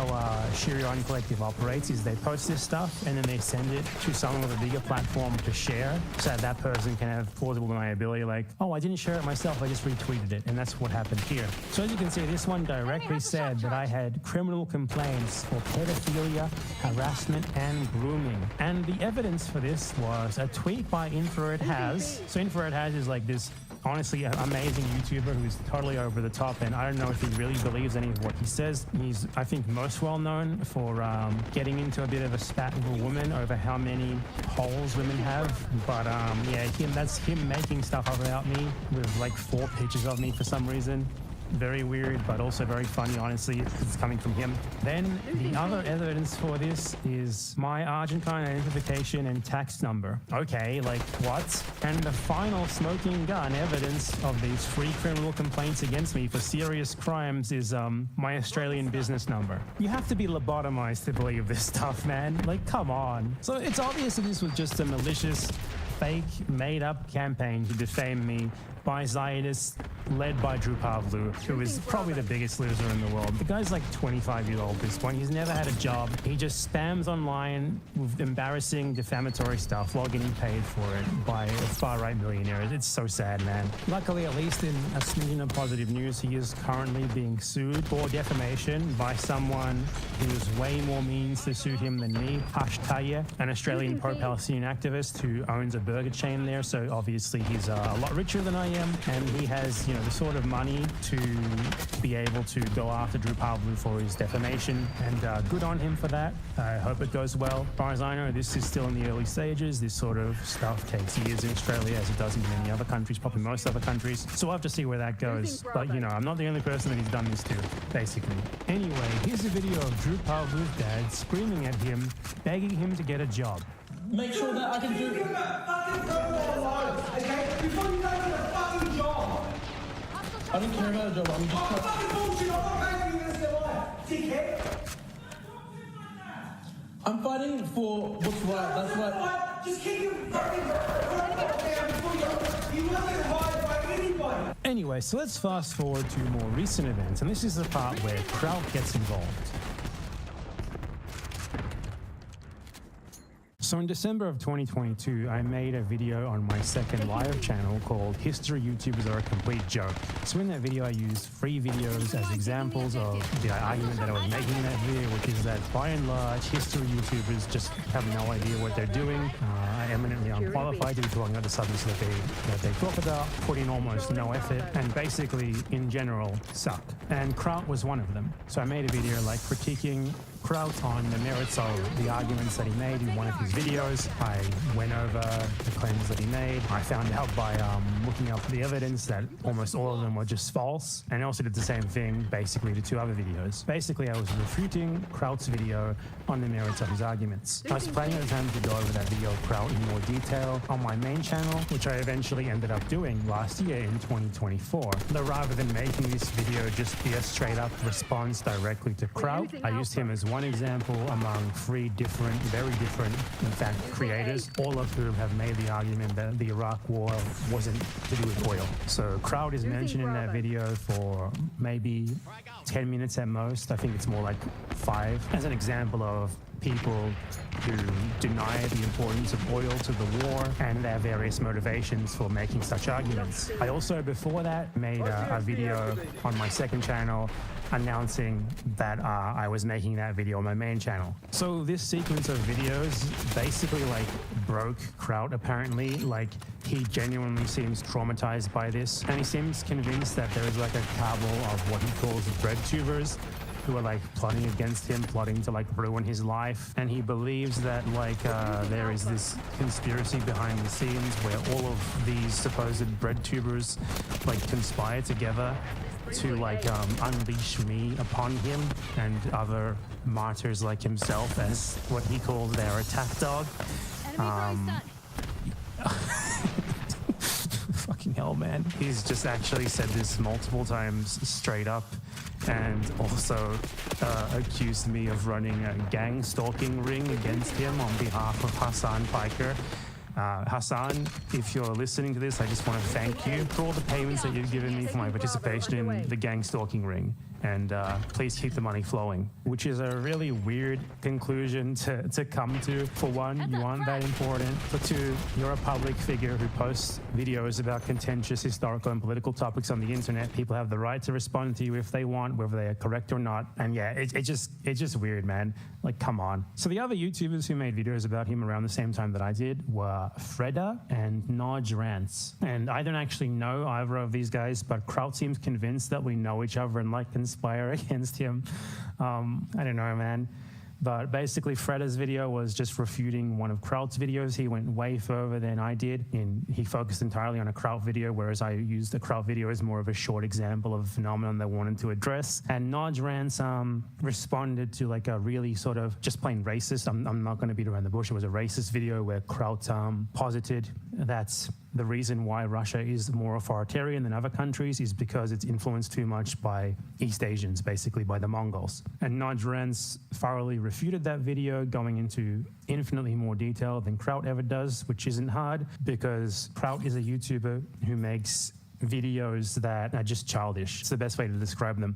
They're content for children. They have like incredibly low effort animations, which by the way, Kraut doesn't actually even make himself. He hires other people to make them for him. And that's something that is just publicly known because he once posted a GoFundMe because he didn't want to pay his animators overtime. So he had his audience do it for him. And he just sort of says whatever he wants, never actually sourcing any of his claims. And when you look into where his claims are coming from yourself, it's always from the same like 2 or 3 books that aren't even works of history. They're works of political science. And Freda went over that in his video on the topic. So basically it's just a great example of how terrible YouTube history is. And given how simple and easy such content where you don't actually really source anything or do any real research is to make, it's honestly embarrassing the infrequency of his videos. Rather than actually working on a video, what he's been doing is just spamming Twitter for months upon months. He hasn't made a video longer than 30 minutes in like a year and a half. It's all just low effort, unsourced slop with shitty animations. It's frankly just embarrassing to be like basically what is neoliberal Western imperialist propaganda directed at an audience so that the aesthetics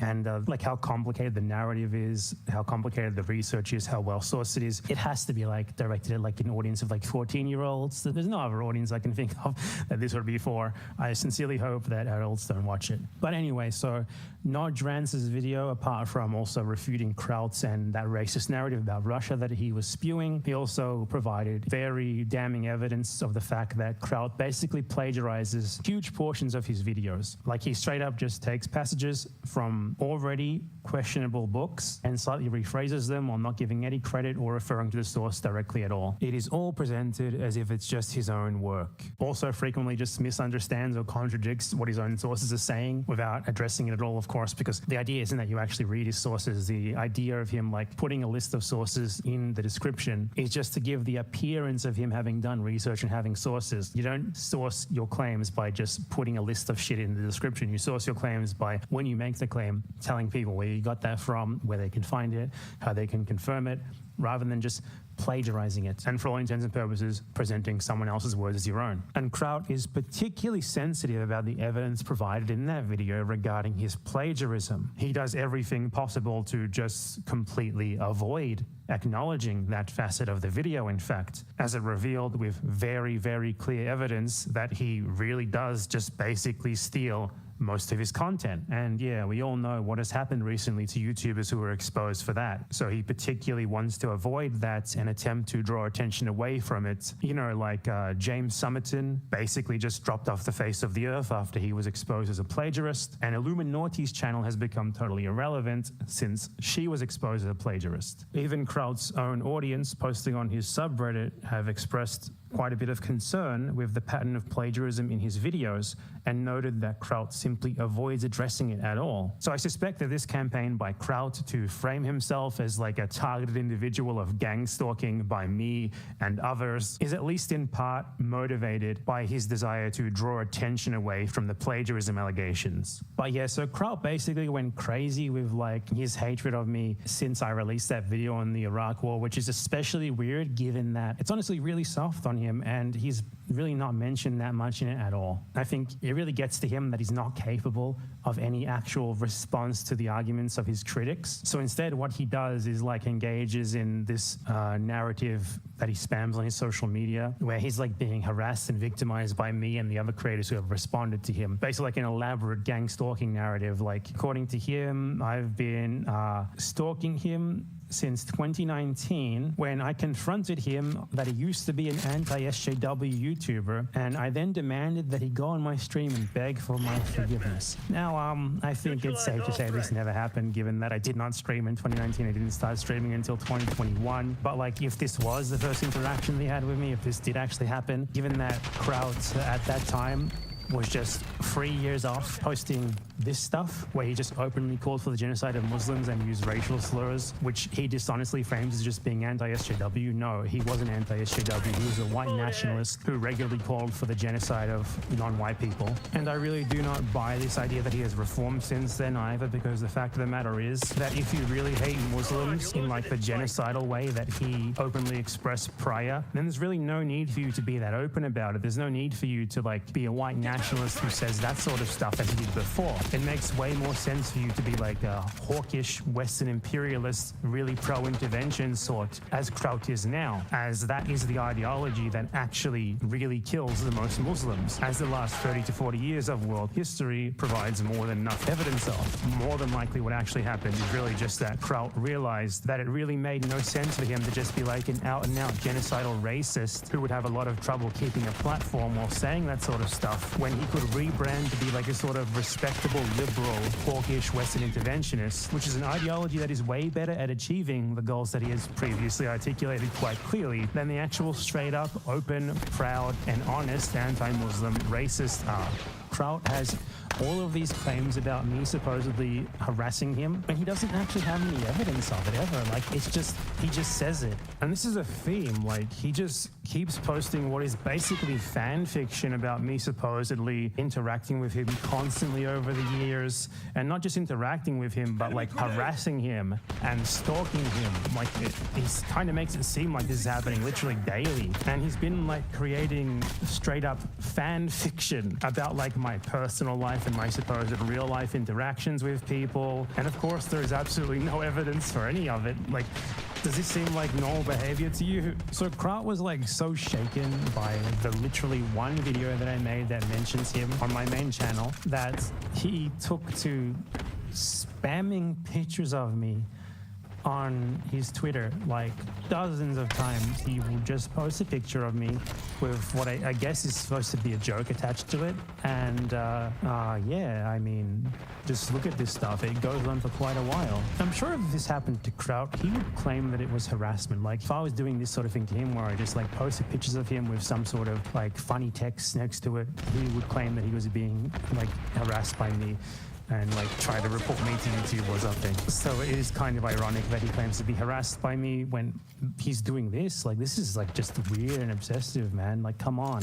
This very weird, bizarre, uncomfortable campaign of Kraut like posting my picture also coincided with him posting on his Twitter about how like there was some sort of like communist bread tube conspiracy or something, and this is probably my favorite one of those. He said, "I guess there is nothing worse to the communist mind than someone who prospers and succeeds outside their control. They either have to dominate over you or they will try to destroy you. They will never leave you alone. At least that's the lesson I learned here." It seems like he thinks that like basically anyone who responded to him on Twitter was like my alternative account or something. The guy just can't take criticism. For him, criticism, particularly criticism from people who are far more equipped than him to make historical content, which he doesn't really know how to respond to because all that he's capable of doing is rehashing the same tired arguments from free political science books over and over, which he just plagiarizes and adapts over and over again to different countries. And his way of dealing with that, rather than to just keep making videos and, you know, do his own thing, which he can do. That's what most people do. Most people never respond to criticism. And I mean, it's fine. Like, you know, I've made videos about Johnny Harris, for example, another guy who, a lot better than Kraut, don't get me wrong, but, you know, I don't really think he's the greatest YouTuber ever. But Johnny Harris doesn't, like, get debilitated when I make a video about him. He doesn't get debilitated when anyone makes videos about him. There's nothing stopping Kraut from just making videos, but, like, he literally seems to believe that the fact that he has been criticized 3 or 4 times by me and other YouTubers is like preventing him from making videos. He literally posted, "He could have just left me alone. I never instigated any of this. I avoided him in the entire corner of the internet he's a part of. All I wanted is to make videos about things that interest me." This was from December 19th, you know, like literally months and months after he had started spamming pictures of my face on Twitter. How does me making a video responding to you prevent you from making videos about things that interest you? So this is plainly just a narrative of self-victimization created by Kraut in lieu of him actually dealing directly with criticisms of his plagiarism and his bad history videos. Instead of that, he tries to frame himself as the victim of the people who made said criticisms with frankly ridiculous and delusional claims that require a massively inflated sense of self-importance to make, of him being persecuted by said critics. This is actually part of why I sort of held off on making a video about what happened to me, because I didn't want people to think that I was like just trying to score some cheap sympathy points or some victim points, as I'd prefer that people actually assess what I have to say on its merits rather than just appealing to a certain narrative about myself personally. But anyway, fast forward to October, and Kraut posted, guess what? The defamatory screenshot made by Shirion Collective and spread by Drew Pavlu, trying to paint me as someone who enjoys certain crimes against babies. Kraut posted this in response to someone responding to him and saying debate bad empanada. The guy he was responding to tagged a Twitter impersonator who they apparently thought was me, but the message is clearly debate bad empanada. And Kraut thought that defamation of like the worst crime possible was a proportionate response to someone telling him to debate another creator. And that was enough to set him off on accusing me of what is considered to be the worst crime in most human societies today. Apparently, that is warranted in the case of someone saying, debate this guy. Makes a lot of sense, right? And his fans, of course, followed his lead and immediately took to spamming that same screenshot everywhere. Now, in response to this, people started photoshopping Kraut into that exact same screenshot. You can see this reply to Kraut, for example, which was posted on the very same day that he posted that defamatory tweet against me, saying, hey, look, here's a Photoshop tweet of you saying that exact same thing. Both of these tweets are fake, and your tactic, so you don't have to respond to criticism of the bullshit that you say, is blocking those who do it and making up pedophilia allegations. So he was called out literally immediately and had his own claims about me turned around on him by someone who was attempting to demonstrate quite clearly that anyone can fake this shit. So maybe you shouldn't post fake defamatory stuff about others. So, if you're just gonna do that against someone else over what is ultimately a rather petty YouTube disagreement over historical facts and politics, then surely you're not gonna try to paint yourself as the victim when precisely what you tried to do to me is turned around onto you with literally the exact same fake screenshot, right? But this is Kraut that we're talking about here. So he's certainly not going to say, oh, I see how awful it is to have this done to you now. I'll delete that fake screenshot that I posted. Please stop posting the fake screenshots of me. Sorry for that. Instead, he actually just acted like he'd never done that, and that he was the victim of like an out-of-nowhere defamation campaign led by me with all of my gang-stalking brothers who I personally sent to victimize him for absolutely no reason whatsoever. Turns out that Kraut found out it's actually really, really, really, really fucking annoying and distressing to have a bunch of people suddenly accuse you of something that you aren't, suddenly trying to paint you as the worst possible thing in the world, as he did to me, and as he continues to do to me, by the way. That was not simply a one-off thing. He not only reposted that exact same screenshot, but repeatedly insinuated that I had committed like grave crimes, and that I was only let into Argentina because they apparently don't do criminal record checks for migrants, something which isn't true, but which he's obviously trying to spread to imply that the allegations that he made against me are true. So this set Kraut off completely. He was fine with doing that to me, but when it was done back to him, he wasn't fine with that, and he was hell-bent now on getting revenge. So the first thing that he did was like spam a million tweets about how he was the victim of like a vile defamation campaign that I was apparently inflicting upon him as a part of my many years long since 2019 harassment campaign against him, which he curiously never actually provides any evidence has ever happened. And it's honestly embarrassing for his followers that they just take this at its word constantly. Is this the new thing that leftists do now? Photoshopping into tweets, framing them as pedophiles? Just like memory hold the fact that he did it to me? But anyway, so he started concocting like this really elaborate, frankly bizarre narrative about me that I'm 100% sure that he got directly from the same Argentine far-right people who were doxing and harassing and trying to kill me, because right as he was complaining about my supposed defamation campaign against him, they showed up in his mentions with like long laundry lists of my supposed crimes. And Kraut would just like retweet and share what they were saying, like uncritically saying like, it looks like Bad Empanada has been terrorizing Argentina for years and we never knew, displaying the level of critical source analysis that he displays in the rest of his content, just uncritically took them at their word, regardless of how clearly ridiculous what they were telling him was. So he posted that he got some information from a lawyer in Buenos Aires about the YouTuber known as Bad Empanada. Bad Empanada is already known to lawyers in Buenos Aires. That is a weird enough claim in of itself, like known to lawyers, just like lawyers in general. So over the course of a few years, he has doxed, harassed, sent violent threats, defamed, and sent his audience through all of those things to over 50 people, all of whom, or many of whom rather, are from Buenos Aires. We'd like to see some evidence for that. Is there any evidence of this anywhere at all? But apparently I keep getting away with it for a simple reason. The civil litigation and court system in Argentina is broken due to decades of government mismanagement. So if you want to sue someone in the Argentine civil court, the costs and paperwork are enormous. You can spend years stuck doing paperwork and spending tons of money before even going to a single court hearing on any matter you may be litigating. And Bad Empanada takes advantage of that. As soon as he is served papers informing him that he is being sued, the person suing him is flooded with violent threats online, as well as threats and harassment via phone calls directed at that person, their family, and employers, which continues until the case is dropped. Every person who has taken the step of actually suing Empanada has basically been harassed and threatened into dropping the case. In summary, Bad Empanada is a foreigner who moved to a country broken by bad policies, takes advantage of those broken systems to enjoy impunity and zero consequences for any of his actions while living a good life on foreign currency earned through those awful actions. There is nothing one can do legally to have this person face any consequences. He basically operates outside of the structure of non-accountability,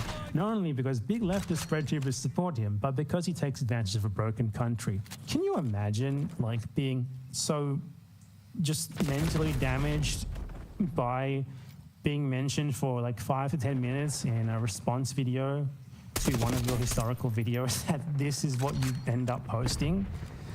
This is absolutely insane.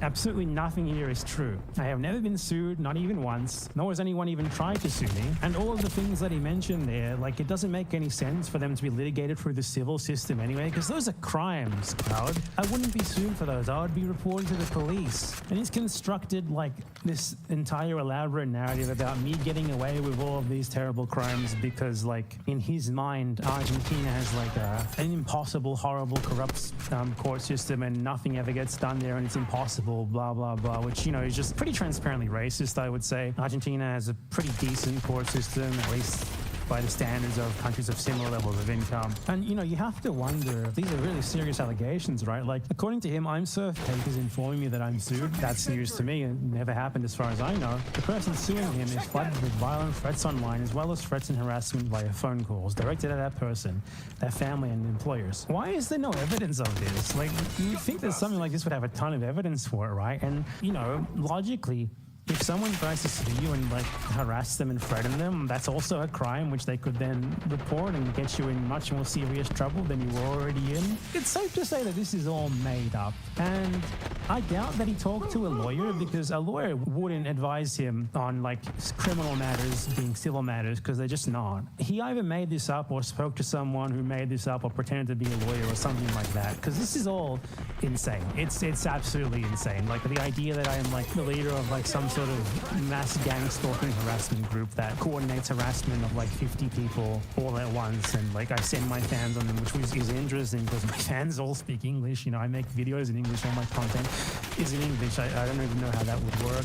I don't think my fans really give much of a shit about Argentina. Like, it's just been endless weird, like, shit like this from him. Like, just he makes up fan fiction about me, honestly. And what else is there? Like, there was one tweet he made that I honestly just find really funny. For the Argentinians who are just newly following, here in the English language sphere, Bad Empanada presented himself as the quintessential Argentinian, the expert on all things Argentinian, and the most beloved man in Buenos Aires. It's so funny to find out how much you hate him. Have I ever done that? Like, have I presented myself as the quintessential Argentinian, the expert on all things Argentinian, the most beloved man in Buenos Aires? Is that true? And what? Like, this is like a deep lore video here. Like, this is like a 2019 Bad Empanada video with like 20,000 views. So he really went through my channel, like deep through my, like, the old videos on my channel just to find like a really old picture of me. I guess because it's really unflattering. Yeah, it is really, really fucking poorly lit. It is horrible, as most of my videos are, to be honest. But, like, dude, are you okay? Like, you're not having a good fucking time right now. Just slow down and take a breath. What the fuck is going on over there in Austria?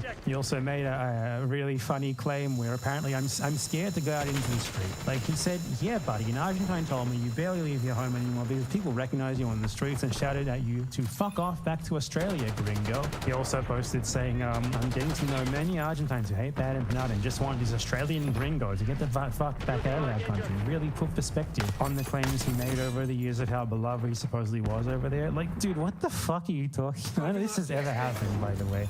I've been recognized 3 times in Argentina. One of them was at Centro Cultural Connex, which is a really good hippie live music venue that I never returned to. But it was like an American tourist who recognized me there and came up and said that he liked my videos. Another one was at Centro Cultural Kirchner, which is a really great, awesome state-run, like, I don't even know what to call it. Like, I guess culture complex. It has like orchestras, it has like theater, it has plays, it has museums. It's like all in one sort of thing. The new government renamed it Palacio Libertad, I think, because, you know, right-wingers don't build new things, they just rename things that other people built. And I went there once and I asked, like, an employee, hey, do you know what the thing that we're going to is? And he's like, are you Bad Empanada? And I'm like, yeah, whoa, you know who I am? He was pretty young, maybe like 18, 19, but that was interesting. And the third time was last year at the March of Memory, it's called, which is a march remembering the victims of the last dictatorship, the disappeared, as they are known, desaparecidos. And when I was there, a guy recognized me and said that he liked my videos. So that's the 3 times that I've been recognized in public, at least when I was informed of it. And all of it was positive experiences. So yeah, he's just making shit up. Like, I don't even know why I feel the need to respond to it. You know, like, he's just making shit up with no evidence. Like, claims made with no evidence can just be discarded out of hand. They should just be discarded out of hand. And this guy's making claims with no evidence and nothing but. However, he did make some specific allegations there. You know, I am like a doxer, harasser, and I have tons of victims. Like, he actually said that he's organizing a Discord server to like get all the evidence of my crimes together. He did that in between making posts directly accusing me of running a gang stalking operation on behalf of Hassan Piker. I almost feel bad making this video, but also like, it's funny. Come on. Don't pretend you're not laughing at this along with me. I know you are. So Kraut's master plan is to like use this Discord server to basically dox me and apparently to like put together all of the dirt that they have on me and send it to what he claimed like a drama YouTuber. Like he said like he's going to send all the evidence to a big million subscriber drama YouTuber and they will make a video on me. And like, are you kidding me? Like, you can't threaten me with a good time, dude. Like, anyone who's ever watched my second channel would know that a big YouTuber making a video about me, I would have so much fun with that. It would be so awesome. Like, what, are you going to send the Willie Mac show after me? Maybe even Squeaky McGee? Maybe even Some Ordinary Gamers? Whatever the hell that street name means. I don't know if it's possible to threaten me with something less intimidating than the idea that some of the dumbest people imaginable, drama YouTubers, commentary YouTubers, have agreed to make a video on me. Do you live on another planet to me? It pains me that I'm kind of ruining this beforehand because it would be awesome if a drama YouTuber made a video about me and then I responded to that with like all the evidence that I have disproving all of Kraut's claims. So I do kind of regret making this video now, but I'm also kind of motivated to make it, and I want to get it out of the way now so that I can just work on things that actually matter, because you know it would be really annoying if I had to stop what I was doing to make a response video to some drama bullshit and I was working on something that I was really into, you know, really focused on working on. So anyway, before we get to like the main course, which is Kraut's evidence against me, I'd just like to point out that Kraut actually doxed me. He posted on Twitter insinuating that he knows where I live, insinuating that he knows specifically like my address, like the neighborhood that I live in, which is not something that I've ever shared, not something that he should know. The only way that he can know that is through doxing. So Kraut is a doxer. Just want to get that out there. And here you see him happily retweeting a lifelong neo-Nazi, something that I'll be going over in this video later, don't you worry, bragging about receiving my docs from the Argentine far right. I think it's pretty clear that in this bad empanada stalking Discord server that we got going on, there's a bunch of neo-Nazis, Argentine far right people, Shirion people sharing my docs, sharing basically whatever shit they can find on me or make up about me. Otherwise, how exactly would Kraut know where I live? And yeah, now let's move on to Kraut's supposed evidence.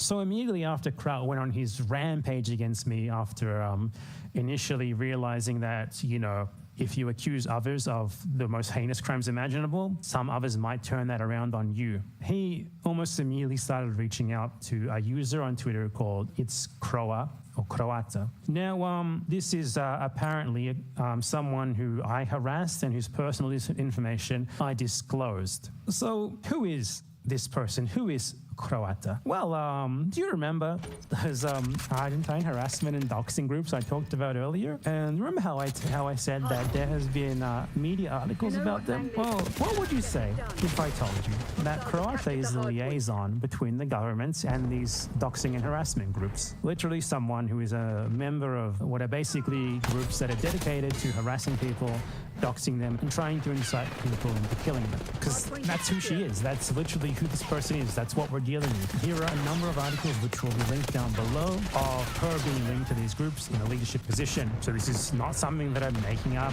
You know, unlike Kraut, I have sources for my claims. And in this case, actual media sources, actual media reports, actual media exposés about these people. So basically the story of her is that she's like a rich kid who has been funded by her parents her entire life. She's like been studying law for 7 or 8 years now. Somehow hasn't managed to graduate in all that time. Doesn't work. She's just kind of on Twitter all day. And for being on Twitter all day, she's sort of inevitably developed a following by posting in right-wing spaces. Well, let's face it, being a woman.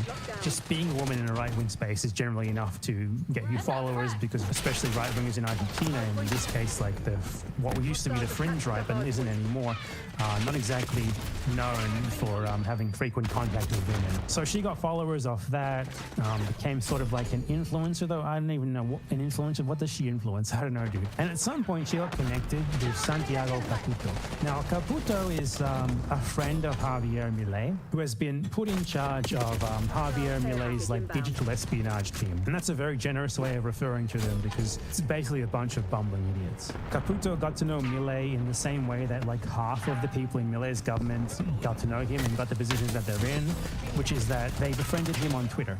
That's literally it. They befriended him on Twitter, and was enough for them to get invited into his government later on. It's pathetic, honestly. So you might notice in these pictures before and after of Santiago Caputo, there's a bit of a difference there.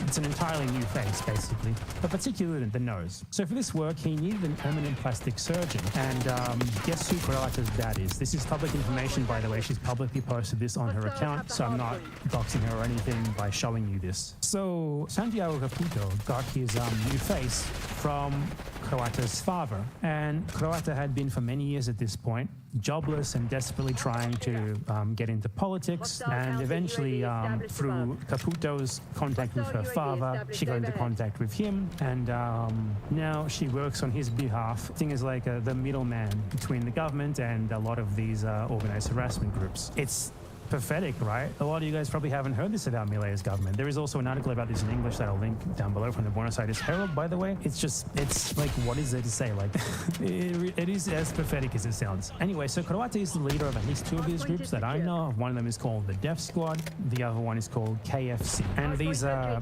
separate but very intertwined groups of basically complete losers who sit at home all day, doxing and harassing people on social media and desperately trying to get someone to go to their house or insult them or harass them. And it was at her behest that guy who I went over earlier threatened me and ended up showing up at the place where he thought I lived. As you can see here, this is my supposed victim responding to one of the threats that the guy who I ended up criminally denouncing made against me, saying, "Make the fatherland proud. Kill. That illegal immigrant has been harassing us for months." Other excellent work that her and those under her have engaged in is there was an astrologist who posted on Twitter as like her main platform, like an online astrologist who would post like horoscopes and stuff, and she posted anti-Milei tweets. So Croata and the KFC group that she is in charge of targeted her with like a really brutal doxing and harassment campaign that is way worse than what they did to me. They first sent one of their members to her house who assaulted her mother and told her to make her daughter stop posting, otherwise they would all be killed. They then started posting her address on Facebook, saying that there was free stuff there to get people to go there, hoping that this would result in angry people attacking them when they realized there was nothing there and they'd travel for nothing. And they also antagonized people online and then invited to come and fight them in real life, giving them her address, which resulted in numerous angry, violent people showing up at her house. They then organized X spaces named Group Masturbation Session to Alien's Voice, and then sent her a video of a man masturbating while her voice was playing. This video was sent by a man named Federico Javier Gorga. As his name has been reported in the mainstream media, as you can clearly see, it's not doxing for me to reveal it. Gorga's online alias is Barani.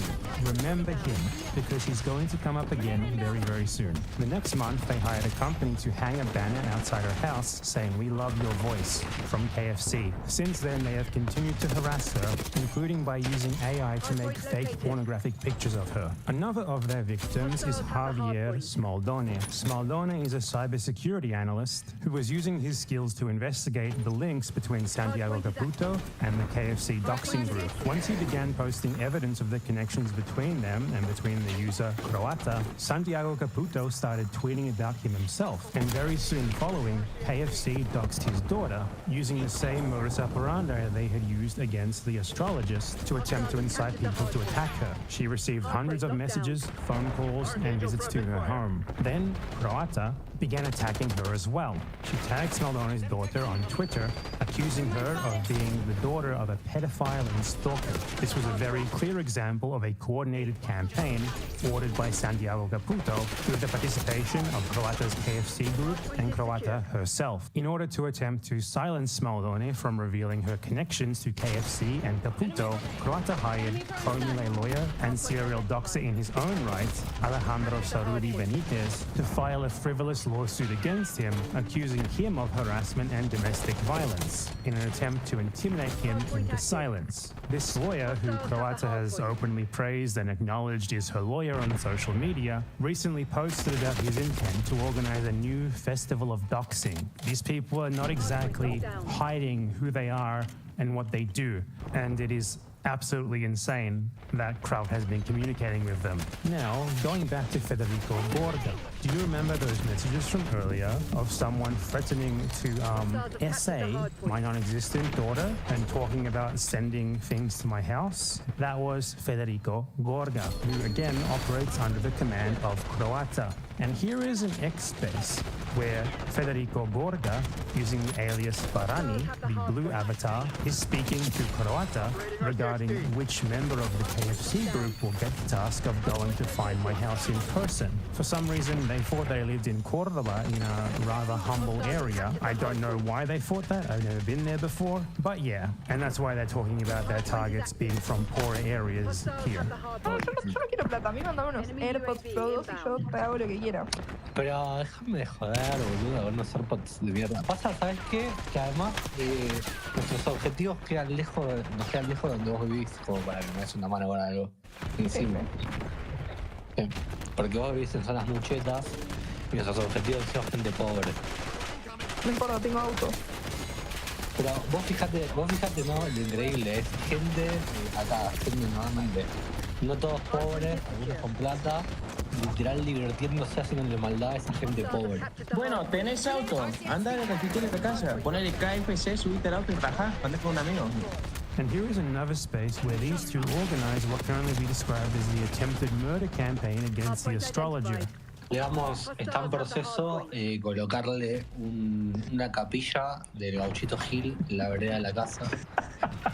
Entonces después le voy a llenar la capilla del Gauchito Gil, se le voy a llenar de ofrendas con pedido ya, básicamente. Un pasacalle también, boludo. Ya le metí un pasacalle, un pasacalle, no sé, una...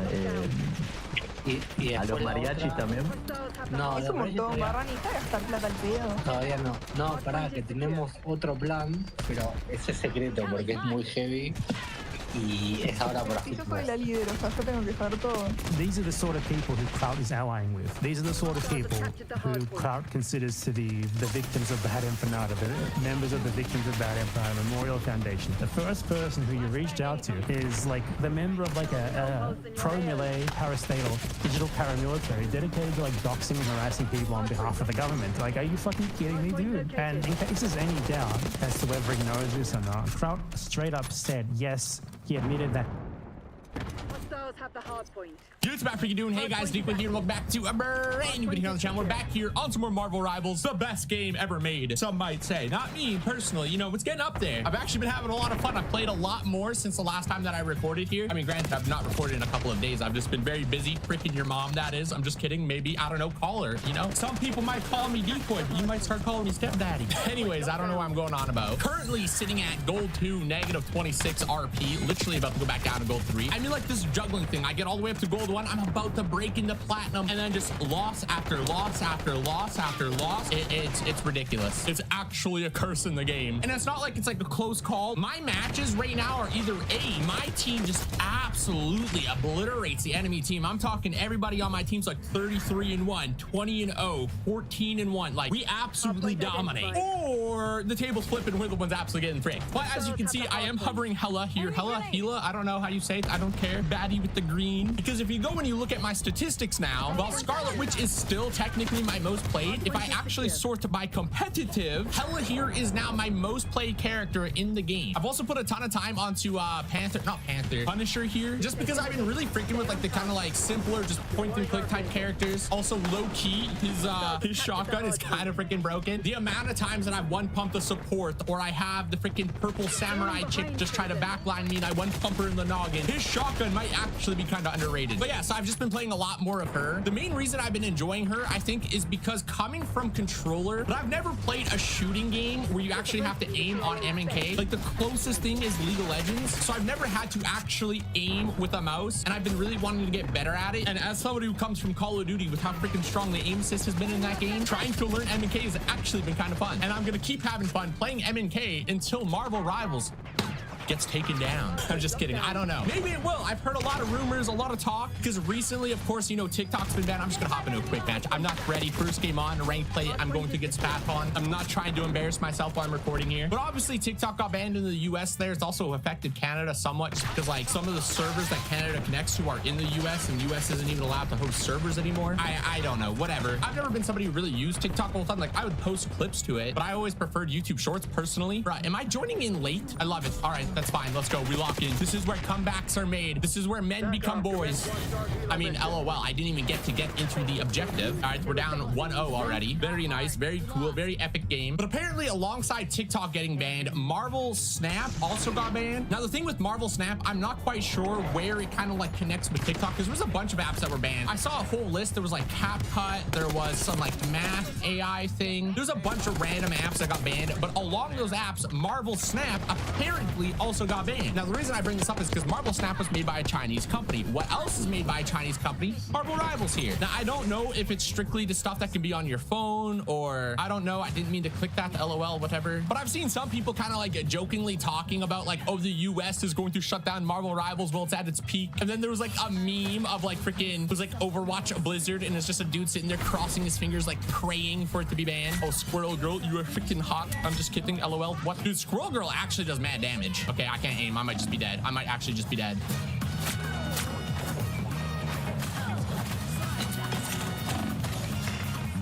Nope.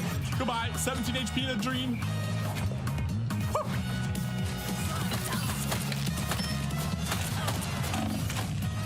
Dude, they're actually doing so much damage right now. Damn. I mean, the point is literally free right now. They're not touching it. You're gone. LOL. She just popped her ultimate for no reason. But yeah, I definitely still like Scarlet Witch. Like, I think she's a lot of fun to play.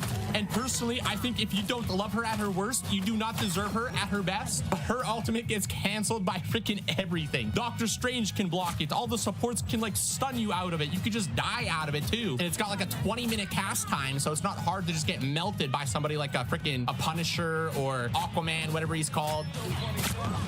Squirrel Girl, I freaking hate you. It's shots like that that make me feel good. Like, I know I'm not an M&K Shroud God head tapping CSGO X Pro. Judge, jury. Oh shit, we're dead. We're dead. LOL, I'm out. Yeah, never mind. Really just been enjoying Hella just because I've been trying to work on like the aiming. Same with Punisher, same thing with him. Been having a lot of fun.